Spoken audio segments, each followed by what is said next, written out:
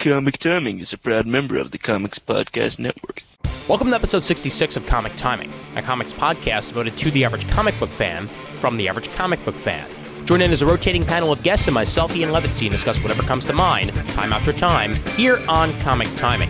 It's 22 pages time yet again as Sean, Chris, Brent, and myself review Invincible Iron Man #1. We go in-depth on the comic book itself and also how it relates to the Iron Man movie that came out a little while ago.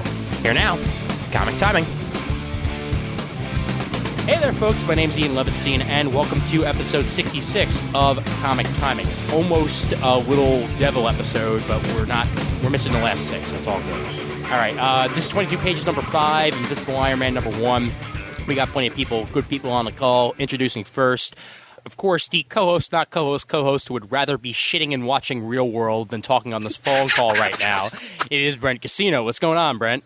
Are you sure it's not 22 pages number 6? Then we could have the 666. Yeah, it's not 20. We did 3 issues that one time. What? And 2 issues that other. All right, let's just call it 666 then, because it's going to be the fucking devil episode anyway. So episode 66, 22 pages number 6.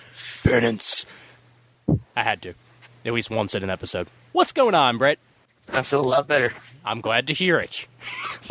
Also joined by, for the second episode in a row, considering we haven't recorded since the last time he was on, and there's no coincidence in that whatsoever.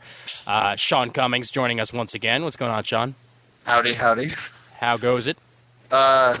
Pretty well. A little disappointed that I haven't been able to hear myself since, the last time I got recorded, but hey, I can only stroke my ego so much. There. I'm glad you're just stroking your ego and not anything else. Also joining us today... Fat. Also joined today for the first time in a while by Chris Chavez, Equinox on the forums, who actually, if memory serves me right, were you on the last 22 pages we did, or the one before that? The one before that, right? My parents have my balls in a sling. Oh, it's all good. The last one was the Nova Marathon, where we couldn't decide if it was 22 or 96 pages. Right. No. It was the one before that, because we did Green Arrow, Black Canary before. Which was also Nova. about 127 pages. So that's it was about a year ago, wasn't it? Yeah, actually, pretty much, because Nova's been out for about 12 issues now. So I guess that works. So hi. How's everybody doing this evening? It's great to be on the show again. I'm just feeling mighty peachy. My room is very, very hot, but what are you going to do? All right, so before we get into the main episode, we are officially sponsored by Heroes Corner. That's right, HeroesCorner.com put down the bucks and are sponsoring us, so I want to thank them for that. And in response to Heroes Corner giving us the sponsorship, and you can find them over at HeroesCorner.com, obviously, we've got 2 deals in effect. Number 1, if you never used Heroes Corner before, now's your time to do so, because with the coupon code CTSAVES in the month of June, you'll get an extra 5% off your June order. So that's CTSAVES, like Jesus Saves, only with CT. And just make sure to enter that coupon code to get yourself the 5% off when you're all done. Also, the next 22 pages we do, although who knows, we might do one before then, will be with this group of previews here, and Brent and I decided on 3 issues that we're going to end up giving special discounts on Heroes Corner, so I guess it's not technically 22 pages anymore, yet again, so you get to reap the benefits of that, Chris, I guess. So, not 22 pages anymore. What is it, 66 or 47 or 82 or 97? We're going to have to find a different name for that segment. We'll have to call it like the Heroes Corner Extra or something like that, but we got three books that are getting a special discount. When you type in your order, when you're ordering these books, just type in the notes section, type in Comic Timing Special Discount to get discounts on Amazing Spider-Man number 568, which is the first John Romita Jr. issue, which is regularly $3.99. The Comic Timing discount, it's only going to be $2. So that's 50% off. Booster Gold number 11 would be the other one, which is going to be the Chuck Dixon fill-in issue. Regularly $2.99. Once you get the special discount, it's $1.50. So that's 50% off of that. And Doctor Who number 1, the brand new Doctor Who miniseries, that is. I forget what the subtitle was on that Doctor Who. But anyway, that one is Pia Guerra from Y the Last Man on art. And retail price is $3.99. CT comic discount is $2. So you're getting yourself a special discount on that. Like I said, in the notes section, put in Comic Timing special discount to get your discounts on that. And I want to thank Heroes Corner for sponsoring us. Mighty generous of them. So go ahead and head on over there. Best customer service around, heroescorner.com. And now we can get into the main episode. How about that? Yay! Excellent. Woo, now that we've paid the bills. Invincible Iron Man #1, written by Matt Fraction. Pencils, 50-50 cover by Salvador Roca and Joe Quesadilla. Brand new ongoing series for the biggest hero in 2008, Iron Man. Yeah, you know you love him. And he, as the summer's most anticipated movie boost, jets its way into theaters. Or is that jetted? I don't quite know. Here's the perfect jumping-on point for new readers and Iron Man fans alike. Tony Stark, Iron Man, billionaire industrialist and director of S.H.I.E.L.D., faces the most overwhelming challenge of his life. Ezekiel Stone, the son of Tony's late business rival and arch-enemy Obadiah, has set his sights, his genius, and his considerable fortune on the task of destroying Tony Stark and Iron Man. What's worse, he's got Iron Man tech, and he's every bit Iron Man's equal and opposite, except younger, faster, smarter, and immeasurably evil. And did I mention he has a hot girlfriend? So there you go. Iron Man, Invincible Iron Man #1. First question I ask everybody out there. Did you get the Quesada or did you get the LaRocca? Start with Sean. I got the Roca. Okay. And was that because you liked it better, or was that the only one your shop had? There's a little bit of both. I like LaRocca better, and as you know, I kind of have Quesada in my sights, and I'm not very happy with him lately. So, Really? I would have never guessed. yeah, he's a dead man. And Joe Quesada will never be on this show. Thank you very much. Sorry. And not that he would have been in the first place. No, I actually really, really like LaRocca's art. I don't know, it just really speaks to me. So I definitely, that was. I mean, Quesada being the opposition kind of helped LaRocca, but it definitely wasn't the only factor. Well, I think I've come to a firm belief that from now on, Joe Quesada, as long as he doesn't draw faces, he's fine. And Iron Man doesn't have a face. The issue cover in and of itself actually was not that bad because you didn't have to see like the weird one eye 8 inches above the other eye and like the nose curved to the left and the freaky mouth that he sometimes does. So, well, yeah. Yeah, so in other words, it looked pretty damn good because it was just a mask. Yes! I didn't think the Quesada Iron Man cover look good at all. Okay, so well, you obviously chose the LaRocca then, I assume. Yes, I did. And what what didn't you like about the Quesada? Just the angle was weird. I thought he would have done some iconic thing instead of he's coming right at you, and it just looked off to me, you know? And it wasn't a recognizably Quesada cover, I guess, which is why I didn't like it. And that's because normally I like Quesada covers. It's funny because that's why I liked it. That's kind of a curveball. Yeah, well, what am I going to do? And Chris, Quesada or LaRocca for you? I made a trifecta, quadfecta, what have you. I went with LaRocca.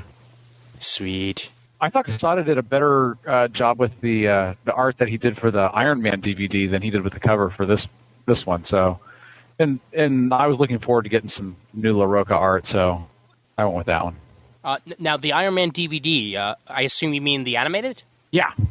I could have sworn that was actually... Okay, wait a minute. No, okay, I'm sorry. That was him. McNiven did Doctor Strange. He did Iron Man. Okay. Yep. Gotcha. Okay, cool. All right, so let's go into the issue in and of itself, now that we've talked about the cover for about 10 minutes.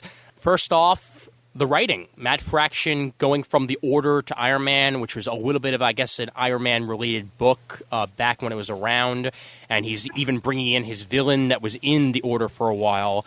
Overall impressions, we'll go more in depth afterwards, but overall impressions of the book, and we will begin with Chris again. I thought Fraction did a really nice job with it. Story-wise, I know we'll hit all the more specific stuff, but overall, I thought it was really well balanced story. Wasn't perfect, but I thought it was really well worth the money paid for the issue.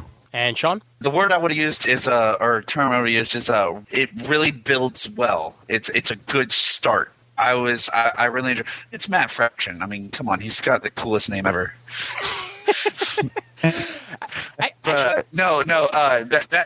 That said, yeah, I really enjoyed it. Like I said, I think it's a good start for Invincible. There are a lot of good names, and I mean, in general, cool names working for Marvel right now. I mean, you've got, Christos Gage, You've got Matt Fraction. You know, all these names that sound like they could be like private investigators from the 70s.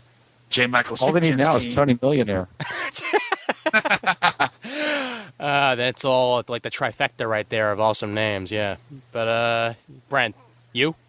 I loved it. I mean, Matt Fraction is one of my new favorite writers. With The Order and Thor: Ages of Thunder, just that one shot. Yeah, the Thor one shot was amazing.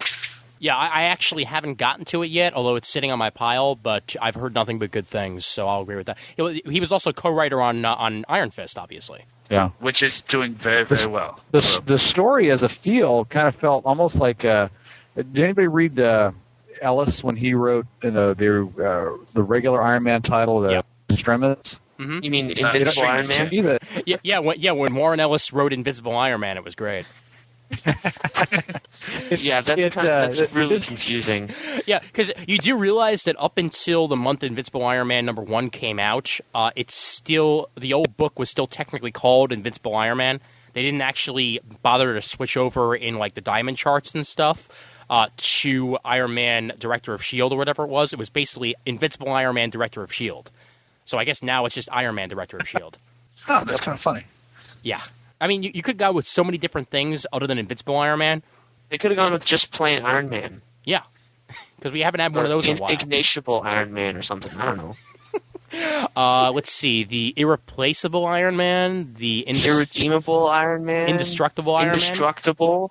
Yeah, actually The Indestructible. money sounds good. banking Iron Man. Yes. The Irrational Iron Man. the no longer alcoholic Iron Man. The Iron Man that makes money from Marvel.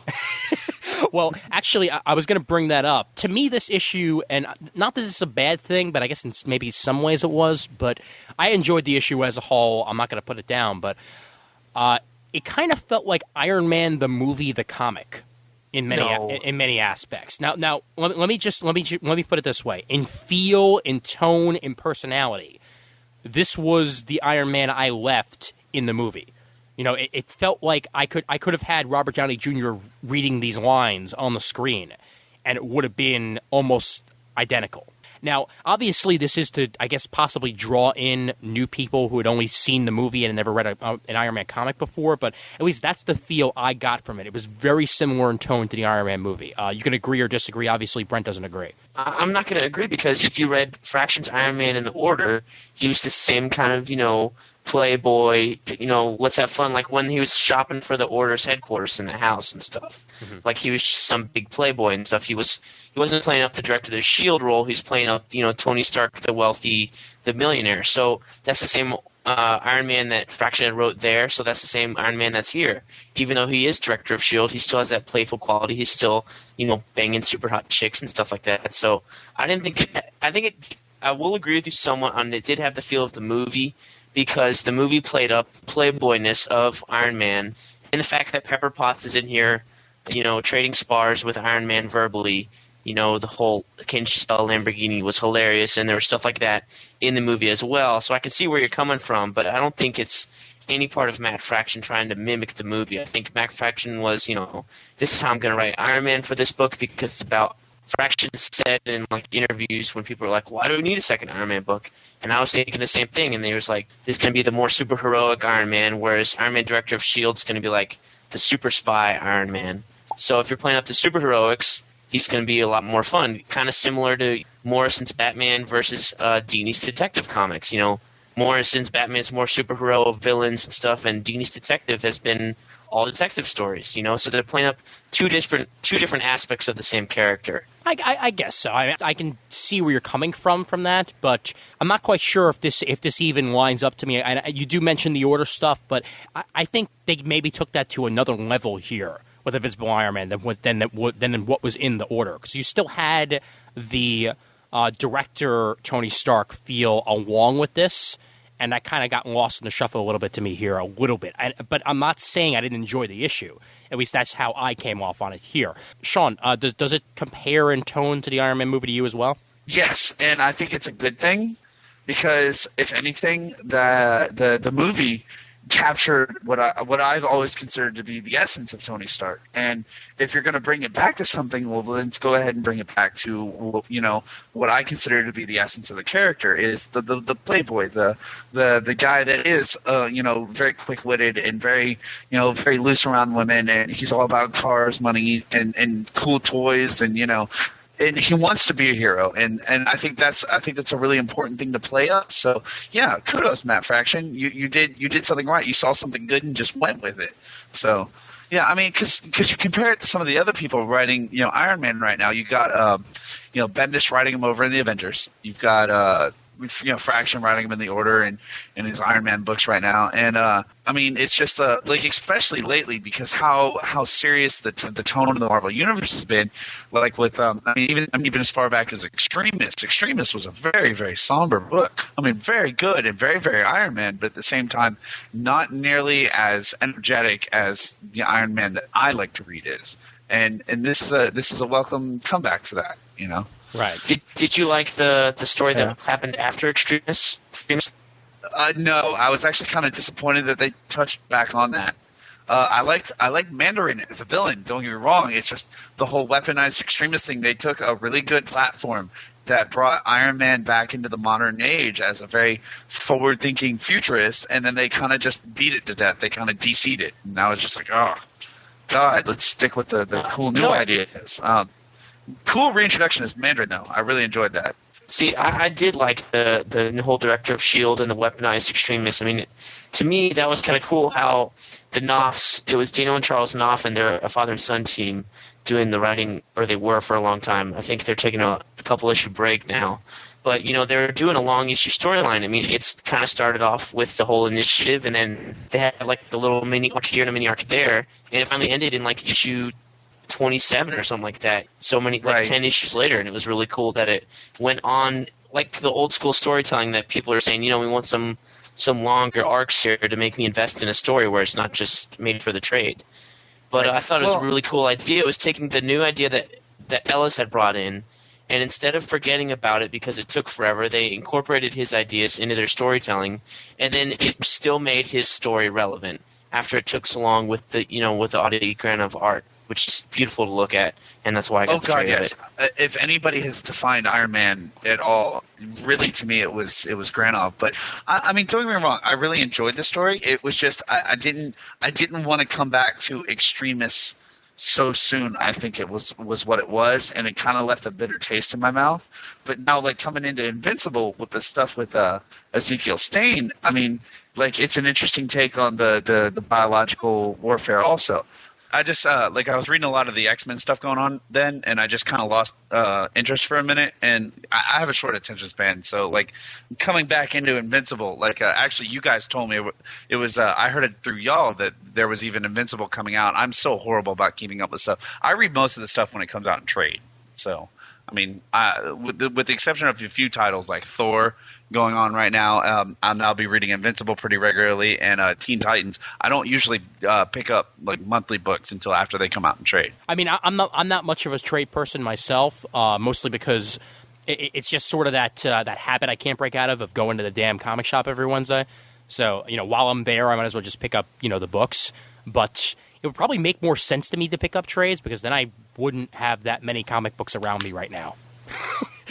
I might have to make that shift eventually. Exactly. And see, my comic book store is 45 minutes away, so it makes more sense for me to wait and then just go pick up a bunch of trades. Right. So, right. Yeah, Chris, we haven't asked you yet about the feel. So, good thing or bad thing that it does sort of slightly reminiscent, at least, to the feel of the movie? You know what? I thought it pulls in some of the elements of the movie really well, as far as kind of the introduction to Tony Stark and kind of the current status quo. I think as a whole, looking at the entire story, it does really well as far as introducing new readers to the book and not really bogging them down with a whole lot of status quo. It hits the ground running and keeps the story moving forward. So I think that Fraction did a great job with it. To me, the feel of the story is almost kind of a melding of the Extremists with maybe an episode of Buffy, as far as kind of the dialogue and the interpersonal stuff between the characters. I thought he kept it really, really light and pretty believable. As somebody who's currently watching Buffy and is now up to season 3, I can sort of draw that same sort of thing with you right there. That it definitely has a natural feel when they're going back and forth, especially with the one segment we had there with Rhodey and Tony. That felt very true to life. Mm-hmm. Mm-hmm. I think a little bit of my bias might actually come from the fact that I was enjoying The Order so much. For him to go off The Order so that he could do this, in his exact words, The Order ended, because, hey, they told me you want to do Iron Man, and I was like, hell yeah. So he ended The Order and, wrapped that storyline up, put Pepper Potts and her storyline into, Invincible Iron Man, basically got rid of the whole Pepper being at least some sort of, or at least having some sort of superpowers, and got her back to her, assistant role, and took Stain and brought him over from The Order as well. I was a lot more of a fan of The Order than this. Not saying that this is a bad book, because it's not. It's just I was enjoying The Order so much that might be swaying me a little bit. I thought The Order got canceled because of sales. Only partially. Too. Only partially, because they were going to stick with it, if memory serves me right. That Fraction was offered this job. Fraction's like, well, I got to drop something, so I guess I'll drop, The Order. And well, he's quitting fucking Iron Fist. Why can't they keep The Order around another 2 issues? That's a good question. Because the way they ended The Order too felt very forced. It was after 10 issues. Yeah, it did feel. What ends after 10 issues? The Order. Apparently. Yeah. That's really it. When comparing, and it's hard to compare 2 books, obviously, but when comparing the current Iron Man to The Order, which do you think was the stronger Matt Fraction book? Right now, I think The Order was a stronger book, but then again, you had multiple issues behind it, so he was able to build on the story of the characters involved there, and I think that's probably one of the reasons why I enjoyed it. But I could see him, kind of with the pace that he built, that Fraction built up through this issue, I could see getting to that good place pretty quick with this title, though. Well, Sean, I think I know your answer already since you're the Iron Man maniac, but The Order versus Invincible Iron Man, which one do you think was stronger? Iron Fist, but no, joking. Well, hey, that could be the third option right there, because both of them got, technically canceled, because Iron Fist, even though it's continuing on, is a different artist and a different writer, and I doubt it's going to last very long after this. Absolutely. Yeah. Matt Fraction kind of sold that book. No, but I'm going to say Invincible over The Order, just because, I don't know, I have a lot more of emotional attachment to Tony Stark as a hero, as opposed to the Order was a bunch of heroes I'd never really seen before, and that just wasn't. I don't know. I just didn't. I couldn't relate to them on a personal level, and that to me is what makes a good story, is if you can relate to it. So, already out the gate, like with the first issue, he was like, these are the 5 things I fear most. I relate to fear. I know what it's like to be afraid. I know what it's like to have somebody come up and say, I'm better than you. And that's, in a professional sense, that's a very scary thing. So right out the gate, I think it's Invincible. The Order is a really good book. Don't get me wrong. I really like what they did with it. Yeah. And again, kudos to Marvel for trying to do something new. So. Well, yeah. Come on. Any team that's run by the guy who played Tony Stark in the TV show. Yeah. Yeah, no, definitely. What an awesome, and it's the Californian one, and it's really interesting to see the other super teams getting some play, right. Like as far as the 50 state initiative. So hey, that's pretty neat, No question, yeah. And Brent, to you, Order or Iron Man? To me, I'd have to say Invincible Iron Man, just on the first issue alone, because the first issue of The Order really didn't sell me. It wasn't until the second or third that I was kind of like, okay, I'm going to stick with this book. This is good. Because the first issue of The Order, I was kind of like, I don't know, because it started out with the whole therapy thing. And I thought that was just a really weird way to start out a first issue of, of The Order. They started out and that guy was in therapy. And it did help with each issue because they spotlighted the character in the therapy sessions. But here it's just like, who Iron Man is. He's a playboy. He's got this hot chick. He has cool toys. He's fixing up the space shuttle. And it just right off the bat, here's a problem. Let's go deal with it. Boom. Right. But I think that's a much think stronger first that, issue than a therapy session. do you think that having even for new readers to help comic books in general, do you think because the character's been out there for so long and because the movie's out there right now, that kind of gives Fraction a little bit of, I don't know, call it wiggle room to take shortcuts on kind of he doesn't have to go into as much detail exposition to introduce the characters and the status quo or what have you, and allows him just to kind of boil things down to hitting the ground running. I think as it a does, writer, especially. Go Yeah. ahead. I was just gonna say that I think it does, especially with the movie out. But I mean, anything that gets canceled nowadays and relaunched, they never really like rehash the origin with the first issue unless it was Ellis's run. That's the next time something else gets relaunched, they're just gonna kind of skim over it and go straight to what the story that the writer wants to tell.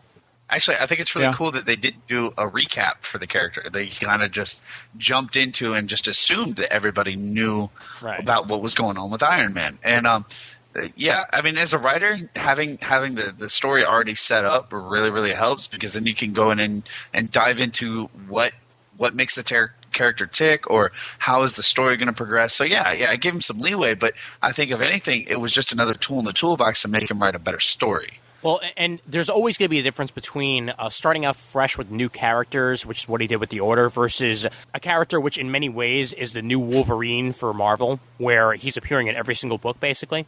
And, I mean, that's what Iron Man has become over the past couple of years. Ever since Civil War, almost every single title has at least some sort of presence from Iron Man.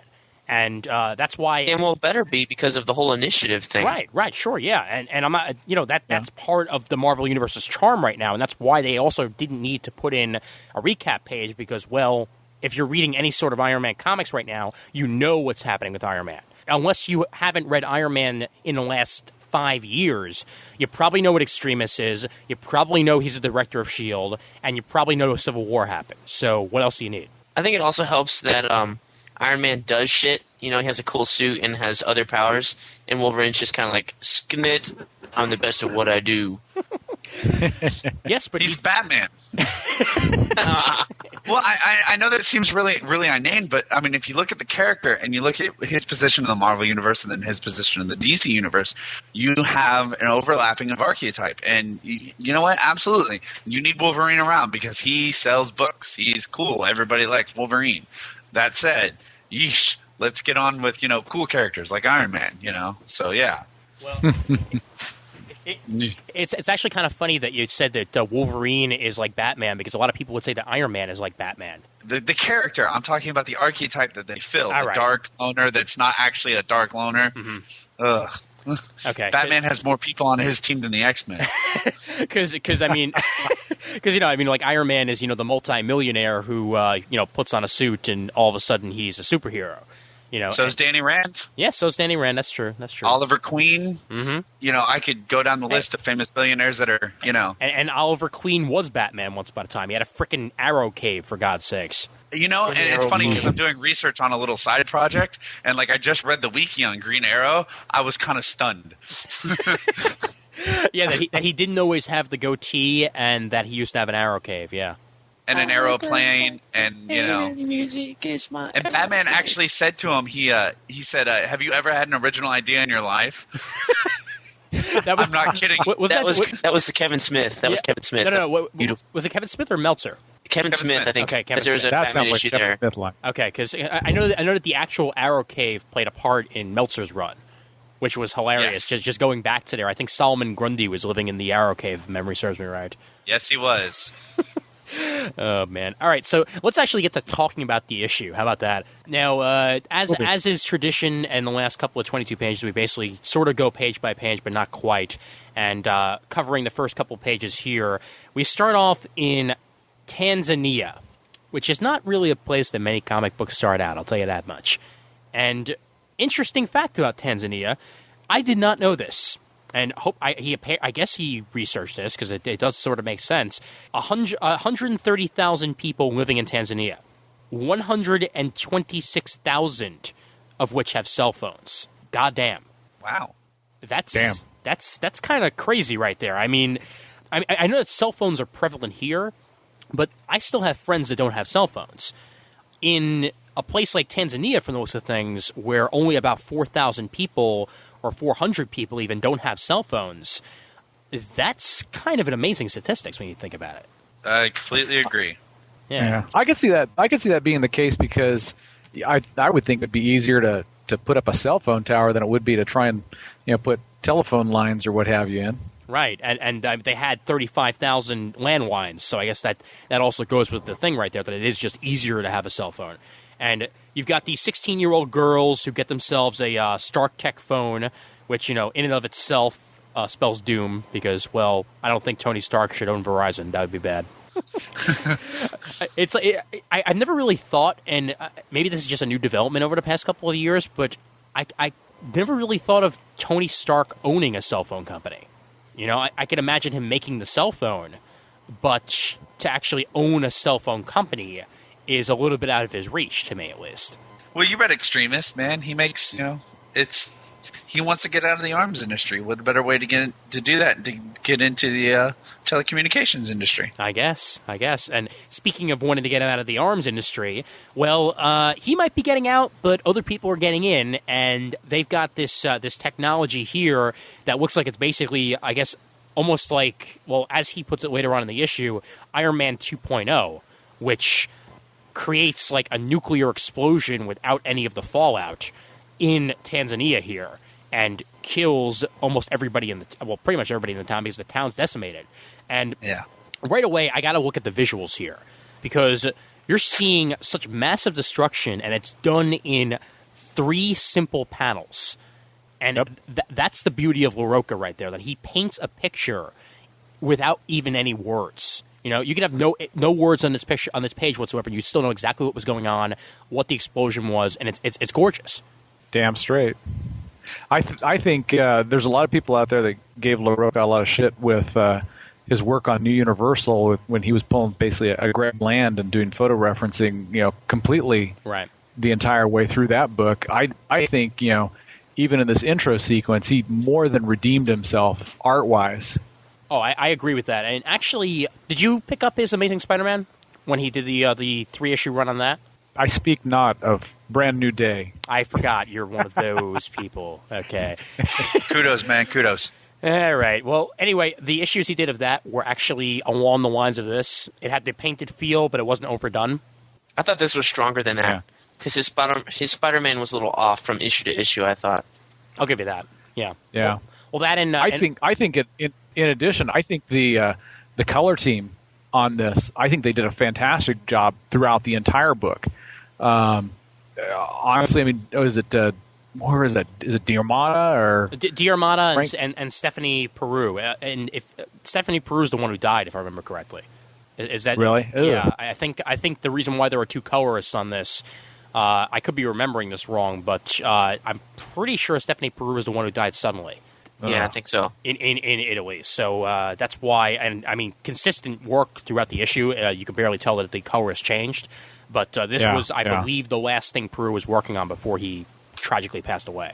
Okay. Wow. I thought it was a fantastic job by the color team on this. And actually, I mean, as far as colorist, I think the notice of any colorist on a comic was with the CGS guys kind of bringing like Maury Hollowell to the forefront as far as the work he did on Civil War. Yeah. To me, on Civil War, it was a nice color job, but the color tone seemed to be real kind of, at least for me, muted and pale. Whereas with this book, I think across the board in all the different scenes or what have you, I think they did a great job. Colors are muted where they should be and bright and vibrant where they should be. I thought it was really well balanced. Yeah, and actually, I'm a dumbass because directly underneath the credits in the book, it actually says dedicated to Stephanie Peru, 1981 to 2008. So that confirms that. I've been looking at this for like the last 4 minutes too, and I was just waiting for you to notice. Yeah, thank you very much. Yep. But I think it's different for Diarmada, because he does Captain America, and that thing is dark as hell. And this thing's like light and bright and vibrant on. And I don't know which pages he did, but whatever pages that he did, you can't even. It's not his usual coloring style. So thumbs up for him. He just looked up in my book. Well, I think that's actually a testament to him that you can't really tell the difference. That he was able to stay consistent throughout the book is definitely a good sign. Yeah, absolutely. Yeah. I do want to point out something that I really like on page 3. Like, right after the explosion, they have this really cool transition from the cell phone to Tony. And I don't know, like, it really captures how global he is, and he doesn't even realize it. Right. Well, Yeah, agreed. It's another one of those things that adds to the movie aspect of the book also. Because you could definitely picture in your head that very transition happening on screen. Oh, yes, Yeah. absolutely. And that's a great thing I really enjoy about how the books are going lately is cinematic progressions are a good thing. There's a reason they work in movies because they make your eye follow what's important. Oh, yeah. And seeing that more lately, especially in Marvel, it's such a wonderful feeling. I thank Frank Quitely on All-Star Superman for this movement to go more towards a cinematic feel. Because when he came out with that first issue of All-Star Superman, and it had like the movie credits at the end, and the entire thing felt amazingly cinematic, that proved that you can basically create a movie on paper and have it stand out. And since then, so many other books have been taking by example and going with that feel, and it quite frankly, it works. You know, when done right, it works beautifully, and it's done right here in this book. By Absolutely. Frank Quitely. Quitely. That old joke. Remember that old joke? Yeah, thank Yes. you. All right. Moving on. So, you go from Tony Stark in space, in the Iron Man suit, and actually another good point where the colors come out here are just the way he makes space look so vast, and yet you still focus right there on the Iron Man armor and the work he's doing. The little joke about privatizing the sector right away just made me think, well, great, that's terrific. Now he's Virgin Air. Hey, good for them. Richard Branson's my hero. He really is Tony Stark. Except for when he threw the water on Stephen Colbert. That wasn't cool. That was No, that awesome, wasn't though, because he played that up for, like, Stephen Colbert had a week's worth of material after that. I'll give you that much. Yeah. And then James Bond, alias Tony Stark, goes macking on the Baroness here, or Contessa, or whatever the hell she is. And the entire time, even while he's with her, he's thinking, okay, can't go too far. Don't want to open up the champagne. No, that's bad. Stick with coffee. Even if she's hot and attractive, don't make her get you off the wagon, Tony. Don't do it. Oh, God, she's hot. Which is constantly what somebody like him has to be thinking, because when you have this playboy aspect, you're constantly going to be brought to a decision where do you embrace the playboy lifestyle to the point where you're no longer in control, or do you just get up to that borderline and never cross it? That's what he has to do. He's a cross it. he's a multitasker, right? Yeah, He should no, be able that's to handle exactly what I was going to say, actually. Like, Tony Stark multitasks like a computer, and he's just better than you, and that's how he does it. With his new for extremist it. powers, I was kind of thinking he would, like, when S.H.I.E.L.D. called him, he'd, like, pop up on a video screen and could still be there with the girl, kind of like Doc Manhattan in Watchmen. That kind of creepy thing, but I guess it's not. That would make him seem like a prick. Let's just pass on that, because I'd actually be freaked out and I'd never pick up another comic again. That's just messed up. I had one complaint with the art on this, which was on what is it, page 5 or what have you, the very last panel before they jump over to the Shield helicarrier. Mm-hmm. Why do they have to go and do well placed shadows? Why can't we get a little bit of TNA because on page 3 we can get some exploding heads of some Nigerian or Tanzanian kids getting blown up, but we can't get a little good old fashioned TNA. What's up? Well, it's not even shadows; it's her damn arms in the way. And That she carefully really placed looks arm. like she has some teeth. But then they shade her. They make her shady. The shading makes it look like she's got some negligee or something like that on. Hell no. This She's issue down of to Invincible Iron Man is rated A for everyone. Because everyone starts Rated with M A. for me. Rated Yeah. B for boobies. Well, yeah, but like if you read the Iron Man Director of S.H.I.E.L.D. stuff, they had a lot of those moments too, especially when I was like dealing with the Madam Hydra thing, So Yeah. he's always been kind of risque as far as his books. I'm okay with it. I wouldn't mind seeing a little bit more. Let's take him over to the Marvel Max line. That'd be nice. That'd be fun. That'd be very fun. They'd have way too much fun with that. It would just be like Alias. The first word in the title would be fuck. I guarantee you. Sounds Then like a he plan. can do the double time thing where he's talking to S.H.I.E.L.D. while he's banging some chick. Yes, and it will be written by either Garth Ennis or Paul Cornell, I guarantee you. Or Yeah. Warren Ellis, come back. Hey, Warren Ellis is going to be writing Astonishing, and I'm sure it's going to be astonishing. I can't wait. Yeah. All right. You know, I find out all my comic book news from y'all. You're welcome. Thank you. It's what we do. It's what we do. So, right as he's about to mac, he gets cock blocked by S.H.I.E.L.D., which... No, he doesn't get cock blocked by S.H.I.E.L.D. On the first Blue panel there, balls. it looks like he's getting cock blocked by Maria Hill. Yes. What's up with Yeah, that? the dude-looking chick. She's looking to pretty his left. butch there. She's looking pretty butch there. Maria Hill... She's got man chin. Maria Hill looks like she's packing testicles. I'm sorry. I'm pretty sure she does. Have you seen what she does? Yeah. And then honest question, is that Dum Dum Duggan? Or Dugan?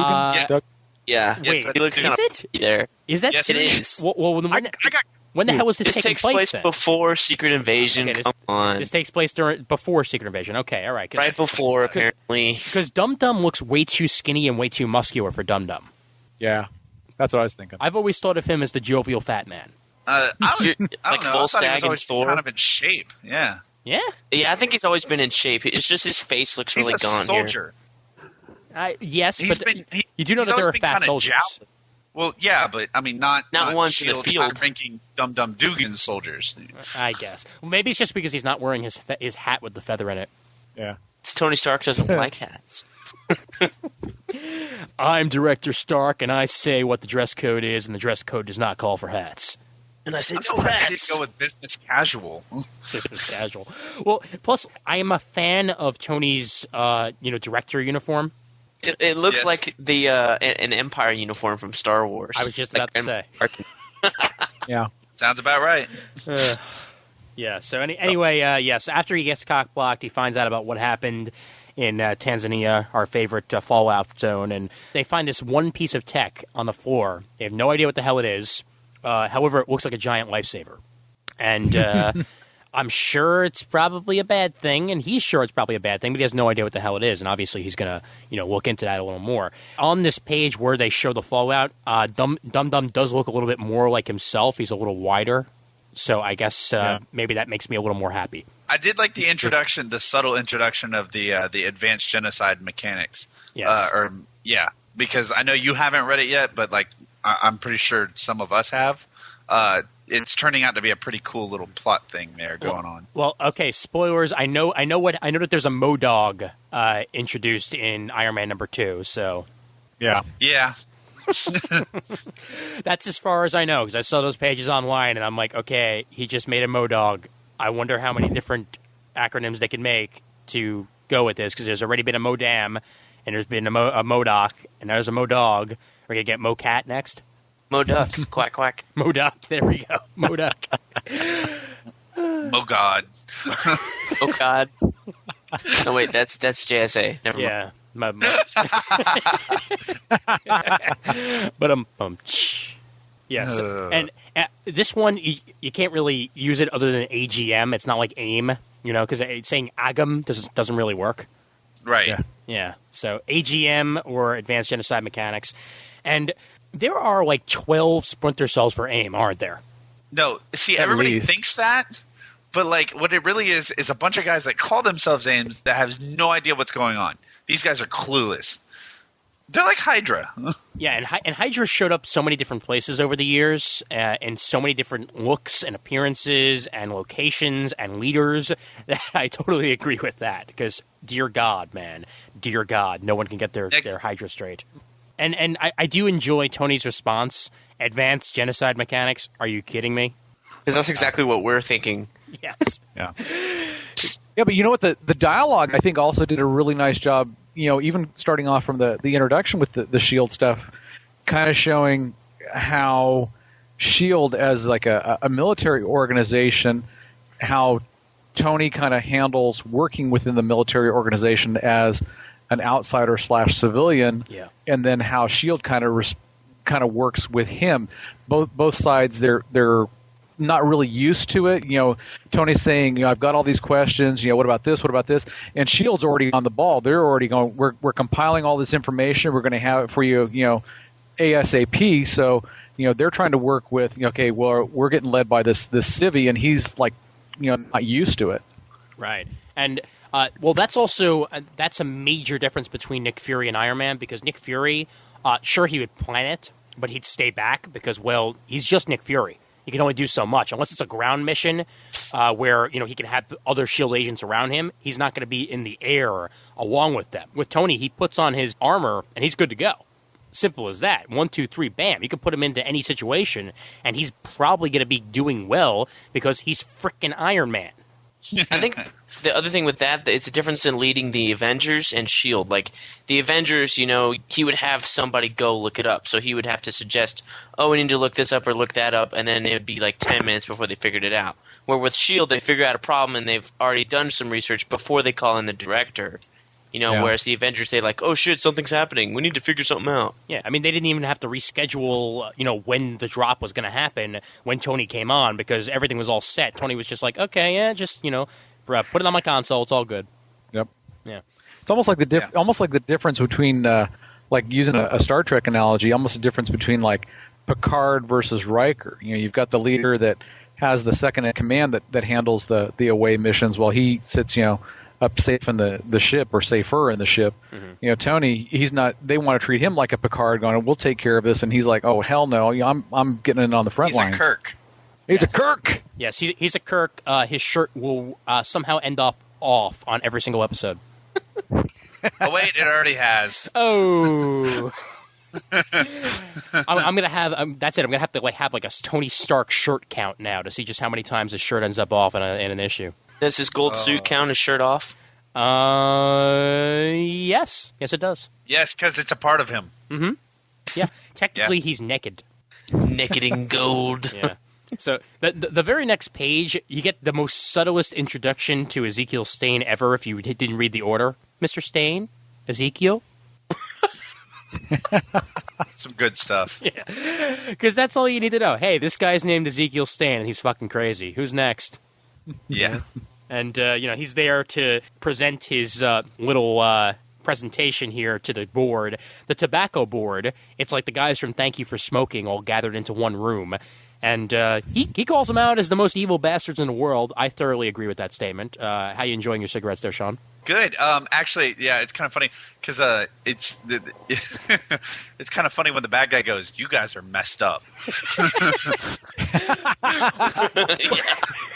Well, look, I mean, that means you're doing it wrong.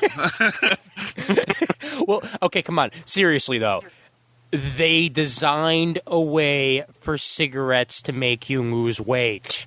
I'd smoke them. Fuck. Yes. Yes, you would. And that's why they're fucking evil. Let's give you lung cancer, but you'll be really, really skinny in your casket, I swear. Yeah, but nobody in my family lives past 50 anyway, so it's not really a big deal for me. Dude, you got to shoot for 51, man. Come on. 52. Oh, no. 52. To excel is to stand out. To stand out is to get shot. No. I'm the one who lives in Brooklyn. I got to worry about that, not you. Yeah, that's your Man, neighborhood. I live in backwoods Florida. Are you kidding? What? All you got to worry about is alligators. And Lieutenant Dan. You got to worry about your airboat flipping over. Yeah. Oh my Ocala. God! I've actually had that happen to me. Oh shit. Okay. All right. Total tangent, but please explain. Okay. Well, there are only two types of airboat owners, and my father owns an airboat. There are those that haven't wrecked their boat, and then there are those that have. We are the latter category. What exactly is an airboat? An airboat. Okay, it's a big flat bottom boat with an airplane propeller on the back. So instead of the engine in the water, it's above the water. So you go really fast and you skim over really stuff. You can take them up on land and everything. But the thing is there's no brakes on an airboat. You can't throw it in reverse. It's always going forward. So and this is the really tricky part. You ready? In order to turn tighter, you have to go faster. Oh shit. So it does take a little bit of finesse. That's we don't have finesse. That's where the term bass backwards came from. So You ain't kidding. so you're basically driving a pod racer. You know, I've never thought of it that way, but yes, that is a very good analogy. Thank you. Yeah, so we were out in the swamp, and we were running this thing at 40 miles an hour. We decided to go over some sawgrass, and no, there was something there. Okay, Sean, when I go up back to 10 bucks. Gainesville, we're going to come down to Ocala. Me and my girlfriend and my friend, we're going to go airboating. You're going to take us out. Oh God, no! Please, I don't like killing people when I don't have to. And you're funny. I'd like to keep you around. Yeah, I'd rather not have to search for a new co-host, Brent. You can always use me. I survive everything. Yeah, that's true. I got thrown out of the boat. Oh shit! And he still has at least 75% of his intelligence. I feel Yeah. so deprived out here. I need to buy like a game like Grand Theft Airboat Everglades, something like that, so I can jack Where an are you airboat and then go. Oh look, it's a gator! Where are you from, Chris? I'm from California. Oh Jesus! California love. The reason I that know I've that. never heard of an airboat is because I have a bay called Sheepshead Bay, and then I have Coney Island. And see, we have swamps and lakes and rivers and stuff. It's cool. Hey, Thank you, Brian. Thank you. to see water, I turn on my faucet. I'm going to let you know this right now. A little bit more on topic. Uh-huh. Airboats are so fun. Tony owns 4. And so does Ezekiel Stain, who, by the way, in this issue, revealed some stuff about himself. Yeah, getting back on topic that easily. Yeah. That he is better, faster, stronger than every other man. He's at least $10 million worth of himself, I'm sure, because he uses about 9% of the energy in his body. That's fucked up. Good for him. Yeah, good for him. Congratulations, sir. Congratulations, you can shoot concussive blasts out of your fingers.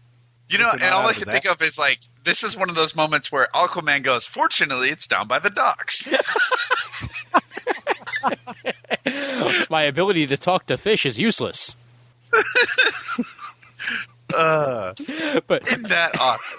You run on 9% energy. Go you. Yes. Special you. yes, The rest of us are fucking normal. well, and the tobacco dudes. I love the tobacco dudes because all they can manage to get out are like, Roxanne, we need security. Roxanne, we need security. Dear God, we need That guy security now. deserves the medal for being able to think on his feet.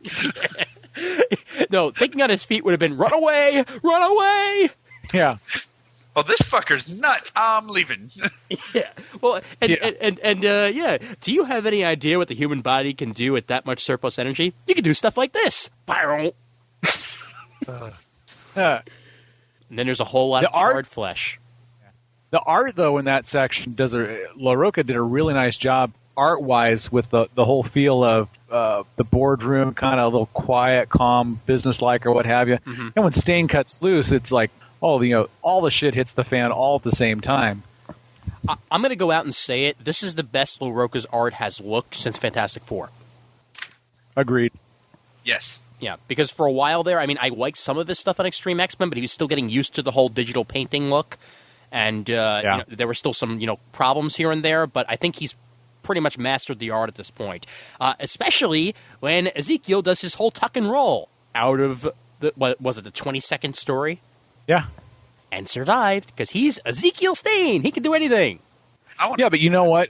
I think it fits as far as his character because a lot of times teenagers or youngins pretty much think that they're yeah. Brent's going. Oh, okay. Now the old man speaks. In Mayday, we didn't have finger things to shoot energy out of. We had to pump it ourselves, and we liked it. But but yeah, That basically, one guy took it it's through the chest. the whole recklessness of youth. He's not going to die. He's not going to get killed. Well, this kind of happens when your father is Obadiah. Yeah. I mean, it's like you had one badass motherfucker who was played in the movie by, the most badass man in the history of Hollywood. And Big Lebowski. damn Skippy. And you better not shit on his rug. That's all I'm saying. But and Ezekiel Stain proves you better not shit on his rug either, because he is gonna fuck you up. Obadiah, Clementine.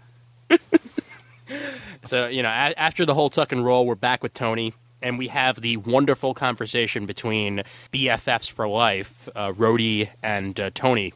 And is there? I'm just glad that we're back to the regular helicarrier. We're not, that yellow and red fucking thing is out of continuity or whatever. Didn't that crash after like 5 minutes in the air? Yep. And I think and did on it top crash of in Hulk and Mighty Avengers or something? It did both. Mighty Avengers. Yeah, and in Hulk. So yeah. But the really funny thing was Maria Hill was like, I've had a car for 19 years, and this thing falls out of the air every other day. Yeah. That's from Secret Invasion number 3.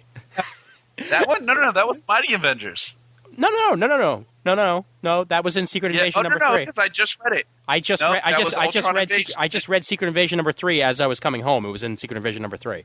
Was it? Yeah. Oh, I'm really confused. Oh God, you're right. My bad. Yeah. Oh, that's a whole bunch of my bad. Yeah, there you go. But yeah, anyway, yeah, the back and forth. Another point here that reminded me of the movies was this back and forth between Rhodey and Tony, because this screamed movie Rhodey and movie Tony to me with their back and forth conversation, which is a good thing, Yes. And with Rhodey not taking Tony shit. Yeah. It's like, shut up, you're fired. Can I fire you? Not anymore, Tony. Listen. But that's always been Tony and Roni. Tony and Rhodey. No, he's sleeping with Roni. He's friends with Rhodey. Yeah, whatever. Yeah. I can't keep track of Tony Stark's women. And Rhodey is a man. Anyway, yeah. But no, they've always had that playful. What the fuck? Oh, God, I was talking. I missed it. What? Say again, Brent. Sid, does Rhodey keep his mask on when he fucks too? I would. Because he's got his mask on here, and Tony has his head off. Have you been reading Avengers: The Initiative? Yes, I know. He's like a weird cyborg thingy now. There's something up with him. Yeah, something's royally fucked up with Rhodey. We don't know what it is yet. He got damaged somehow, and he's like in the suit for good now or something. I actually have a question for somebody, guys that pay attention a little bit more to comic books than me. A little off topic. Does anybody know where Kitty Pryde is? Oh, here we go. All righty. And now it's time for Ridiculously Late Comics, starring Joss Whedon. She's in Runaways? No. Close but no cigar. Astonishing X-Men, giant-size Astonishing X-Men came out, and it explains what happened to Kitty Pryde, and I'm angry. What happened to her? Should I spoil it or not? Has everybody else read it on the call? If they haven't read it, then they've read Uncanny X-Men. I'm behind everything, so it doesn't matter because I'll just pick it up and trade. Okay, so there's this big fucking bullet in the middle of the space. Okay, and right. What is it? War World or whatever the hell it is. War World. Break World. That Colossus was supposed to explode at some point, destroy. They've got this big fucking bullet they're pointing at the Earth, and they're just going to take out Earth. They're saying, you know what? Screw it. We're done with you people. It's over and done with. So Kitty phases into the bullet. She can't phase out, but she manages to phase the bullet. So she phases the bullet through the Earth. And she can't get out of the bullet, so wherever the fuck the bullet's going, that's where Kitty Pryde is. That's where she still is right now. She could be dead, she could be alive, but she's in a fucking bullet. Huh. Yeah. It's kind of anticlimactic. You're damn right. Because everybody else is writing her off as dead, and you could very easily say, oh, she got off the bullet. She bit the bullet. God. She bit the bullet. Yeah, for now she bit the bullet. But yeah, that's why. She's gonna die of starvation, That's why you haven't seen Kitty Pryde around. Thanks to Joss Whedon being late. Because I've been really confused. Like, me and my friends have been arguing over where Kitty Pryde is because they make mention of her in the X-Men titles that have followed. Yeah. And, so we went to the wiki, we look at it, and Marvel doesn't even know. At least it's not as bad as Christopher Kent in DC. Who's Christopher Kent? Exactly. Yeah. You know what? Let's just go ahead and ignore DC. I'm okay with that. Well, Count down my ass. actually, Count down to fail. wait. You actually picked up that series? How was it? Countdown to my ass. Don't give DC any more ideas. I read 2 issues of Countdown, and then I swore that if I ever read another one, I would shave my head and dress in sackcloth. I'm halfway through Trinity #1. Thank you, DC, for putting out a good issue for once. Because, Yeah. my God, this is how you're supposed to do weekly series. Kurt Busiek, awesome. Mark Bagley, at the pinnacle of his career. It's brilliant. Huh. I'll have to read it. Yeah. Travis bought it today. I didn't take it from him. Okay, good. Then, yeah, read his copy, and then if you like it, buy your own copy. I'll try. Okay. Dude, it's a 45-minute drive, and I don't have a driver's license. Yeah, that's the problem. Wait, do you drive to Gainesville to get comics? No, I go to Denellen. Okay, I didn't know where that is.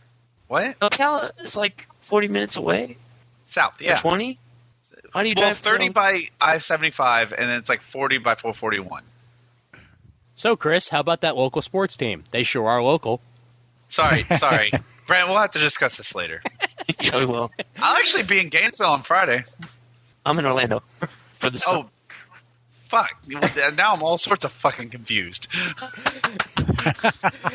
Student. He goes to student college classes stuff in Gainesville, and he lives in Orlando. Oh, Jesus. Now I'm all sorts of messed up. Yeah, I live in Brooklyn. Really? Yeah. The accent's a dead giveaway. What are you talking about? Forget about it. Fuck you, motherfucker. I bet you Tony Stark sounds like that. He's from Coney Island. Wait, get out. Yeah. You serious? Holy shit. I shit you not. I never knew that about Tony Stark. Yep. Tony Tony Stark is probably from the same Luna Park projects my father is from. Yes, he is. Brilliant. Bloody See, everything brilliant. I know about New York geography, I learned through Marvel. Oh, great. So you think that there's a giant spire in the middle of Manhattan. Terrific. No. I know better than that. Oh, and okay. Doesn't it have a big black thing on the top of a building? Okay. Now, I have to ask you, what does the Triskelion look like from, where, close? Well, okay. Last off-topic moment for a while now. The office building that I work in, directly across from that office building, is I forget what office building it is, but it has a giant 4 on it. I basically work about 2 blocks away from Fort Freedoms Plaza. Sweet, the Baxter Building. Yeah. So yeah, that's the way that goes. Anyway, so about that comic book we were talking about. So Yes. yeah, after the talk with Rhodey, which was nice and funny and simple and ha, not much to talk about there, other than the fact that it was Rhodey and Tony and fun. We get the most obsessive compulsive moment of the comic. That Tony needs to know where all of his armor is at all times. They're like his babies. If you, Yeah, but it was a cool way to keep track of everything. yeah, Oh, yeah. But at the same time, if I'm one of the people with the armor and I've been good my entire career, I'm going to be really pissed that he knows when I'm taking a piss. You mean like Stingray? Yeah. Well, Didn't he kill Stingray? no, he didn't kill Fuck. Stingray. Or is that in the cartoon? I don't know. No, he severely injured Stingray in the cartoon when he was all crazy in the armor wars in the '90s cartoon. Yeah. Yeah, but no, Stingray is still alive. Last I checked, unless he's not. But yeah, what do you guys think of the whole Iron Man knowing where all of his armor is at all times? I mean, I understand that it's a weapon, but at the same time, that just means that he doesn't trust anybody. I think when you're that smart and successful, that's true. So what you're saying is that Bill Gates and Steve Jobs and all that, they know where all of their operating system stuff is at all times also? No, because they don't make weapons. But I think for the same fact that Remington probably has a very good idea of where most of their guns go to, Tony Stark multitasks and thinks on levels we can't even imagine. He thought that this would be a problem long before it ever was. Mm-hmm. So here he is trying to do something about it. I think I can understand his position. And see, this is why people yell at me for agreeing with him in Civil War. Mm-hmm. So, right, that he thinks 17 steps ahead of everybody else. Exactly. He needs to be proactive. He is a futurist. He doesn't know how to react. He only knows how to create and engage. And so seeing him taking care of a problem before it's a problem, while to us seems paranoid, to him seems like a very, very rational thing to do. At least he's not nearly as bad as Reed Richards, who writes all the things he thinks is going to happen down on a wall. Well, when you can bend yourself into a fucking pretzel, you are a little eccentric. If you can bend yourself into a pretzel, I'm not sure why you're not banging your. Anyway. No wonder she's all pissy all the time. Brent, is it too obsessive to you, or is it right on the money for Tony? It's a cool little 2-page spread, so I'm fine with it. Same with you, Chris? Yeah. I thought it. I thought the spread itself made sense. I think you build something that advanced, you're definitely going to want to keep track of it because you don't want somebody else basically coming up and cold cocking you with it later on down the line. Although you could read the last two, the last three boxes of dialogue on the second page of the spread in a really insane, crazy voice, and it would work. The whole I keep track of all the leading candidates, past or present. Everyone else out there is in a suit of armor, or who used to wear a suit of armor. I'm watching them. See, and I don't see it that way. I think I keep track of all the leading candidates, past or present, everyone. It's a responsibility to him, not an obsession. No, and I get that. It's just if you read it the wrong way, like I did, it sounds really frickin' creepy. Okay, I can see that. Yeah. So you got to strike the right balance, and I think this might have been one of the few times that Matt Fraction might have actually missed the balance a little bit. That, or he's trying to show that he's always walking the fine line, and it could take just the like they say, the slightest nudge to push him over the edge. Right, and he obviously finds out that none of these people he's keeping a track of have been in Africa, which means it's a new player, which is bad for him. And then of course we get evil Pepper Potts and evil Tony Stark making out for a while. Good for them. I love the bit about the paste. Yes. Yeah. Yes. God, that stuff is disgusting. It tastes like motor oil. I added sweetener. It tastes like sweetened motor oil. Motor oil. Yeah, it's something like. Is there an echo on this call? Is there an echo on this call? Can you hear me now? Good. And his girlfriend, I must say, she's a looker. Hot Asian chick, hell yeah. Mm-hmm. Well, she's like, use 90% of your energy on me. Woo! Well, and she doesn't mind the blood or the glass sticking out of his head. Yeah, really. She is some kinky shit. Well, he's like Penance. He likes to hurt himself. Yeah.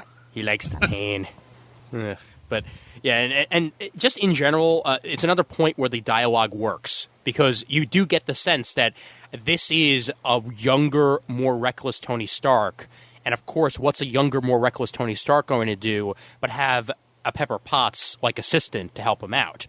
And no, I'm not talking the teenage Tony Stark that showed up for a while. Oof. Yeah. That was scary.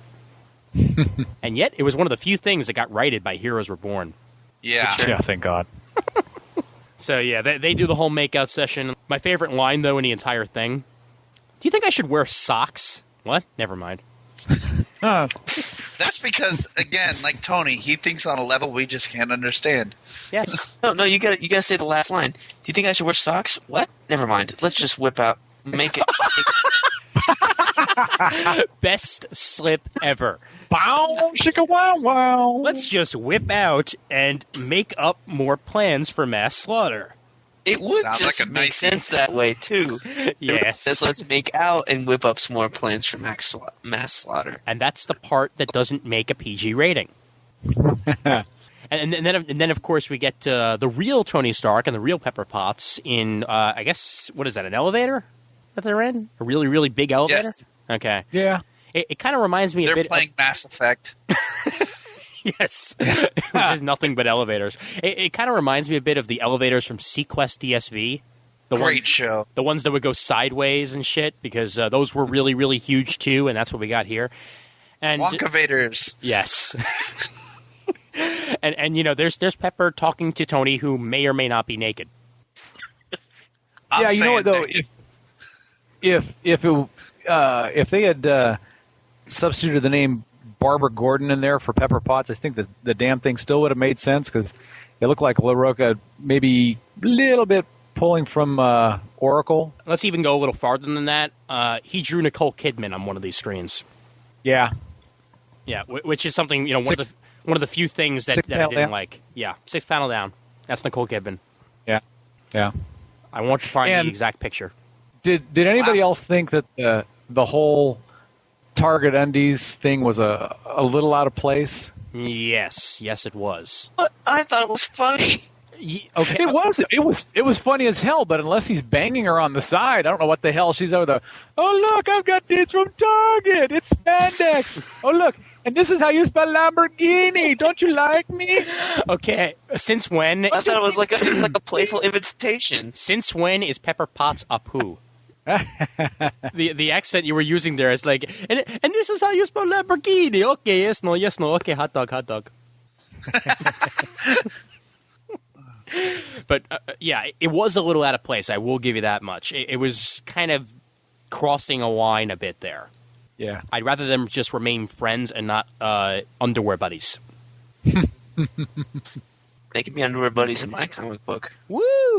See, and I'm with Brent on that one. See, I hope in number 2 he comes back and be like, "Look, these are Fruit of the Loom from JCPenney." And then spells like Porsche or something. Don't worry, baby. It only tastes like motor oil after I've been in the suit. Oh. That's rough. Oh. If you want, I could add some sweetener.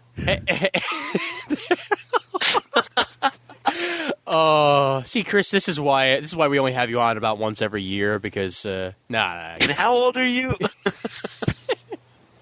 Let's see. Next. Actually, it's this month, 28th. I'll be 41.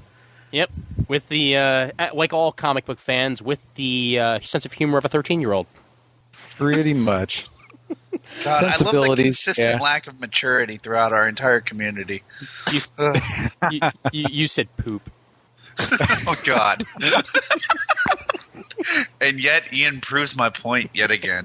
Thank you very much. But well, come on, I could even do that a little bit with the extremist links me in the armor. The Iron Man undersuit hides inside me. Ooh. God, I feel like Randall.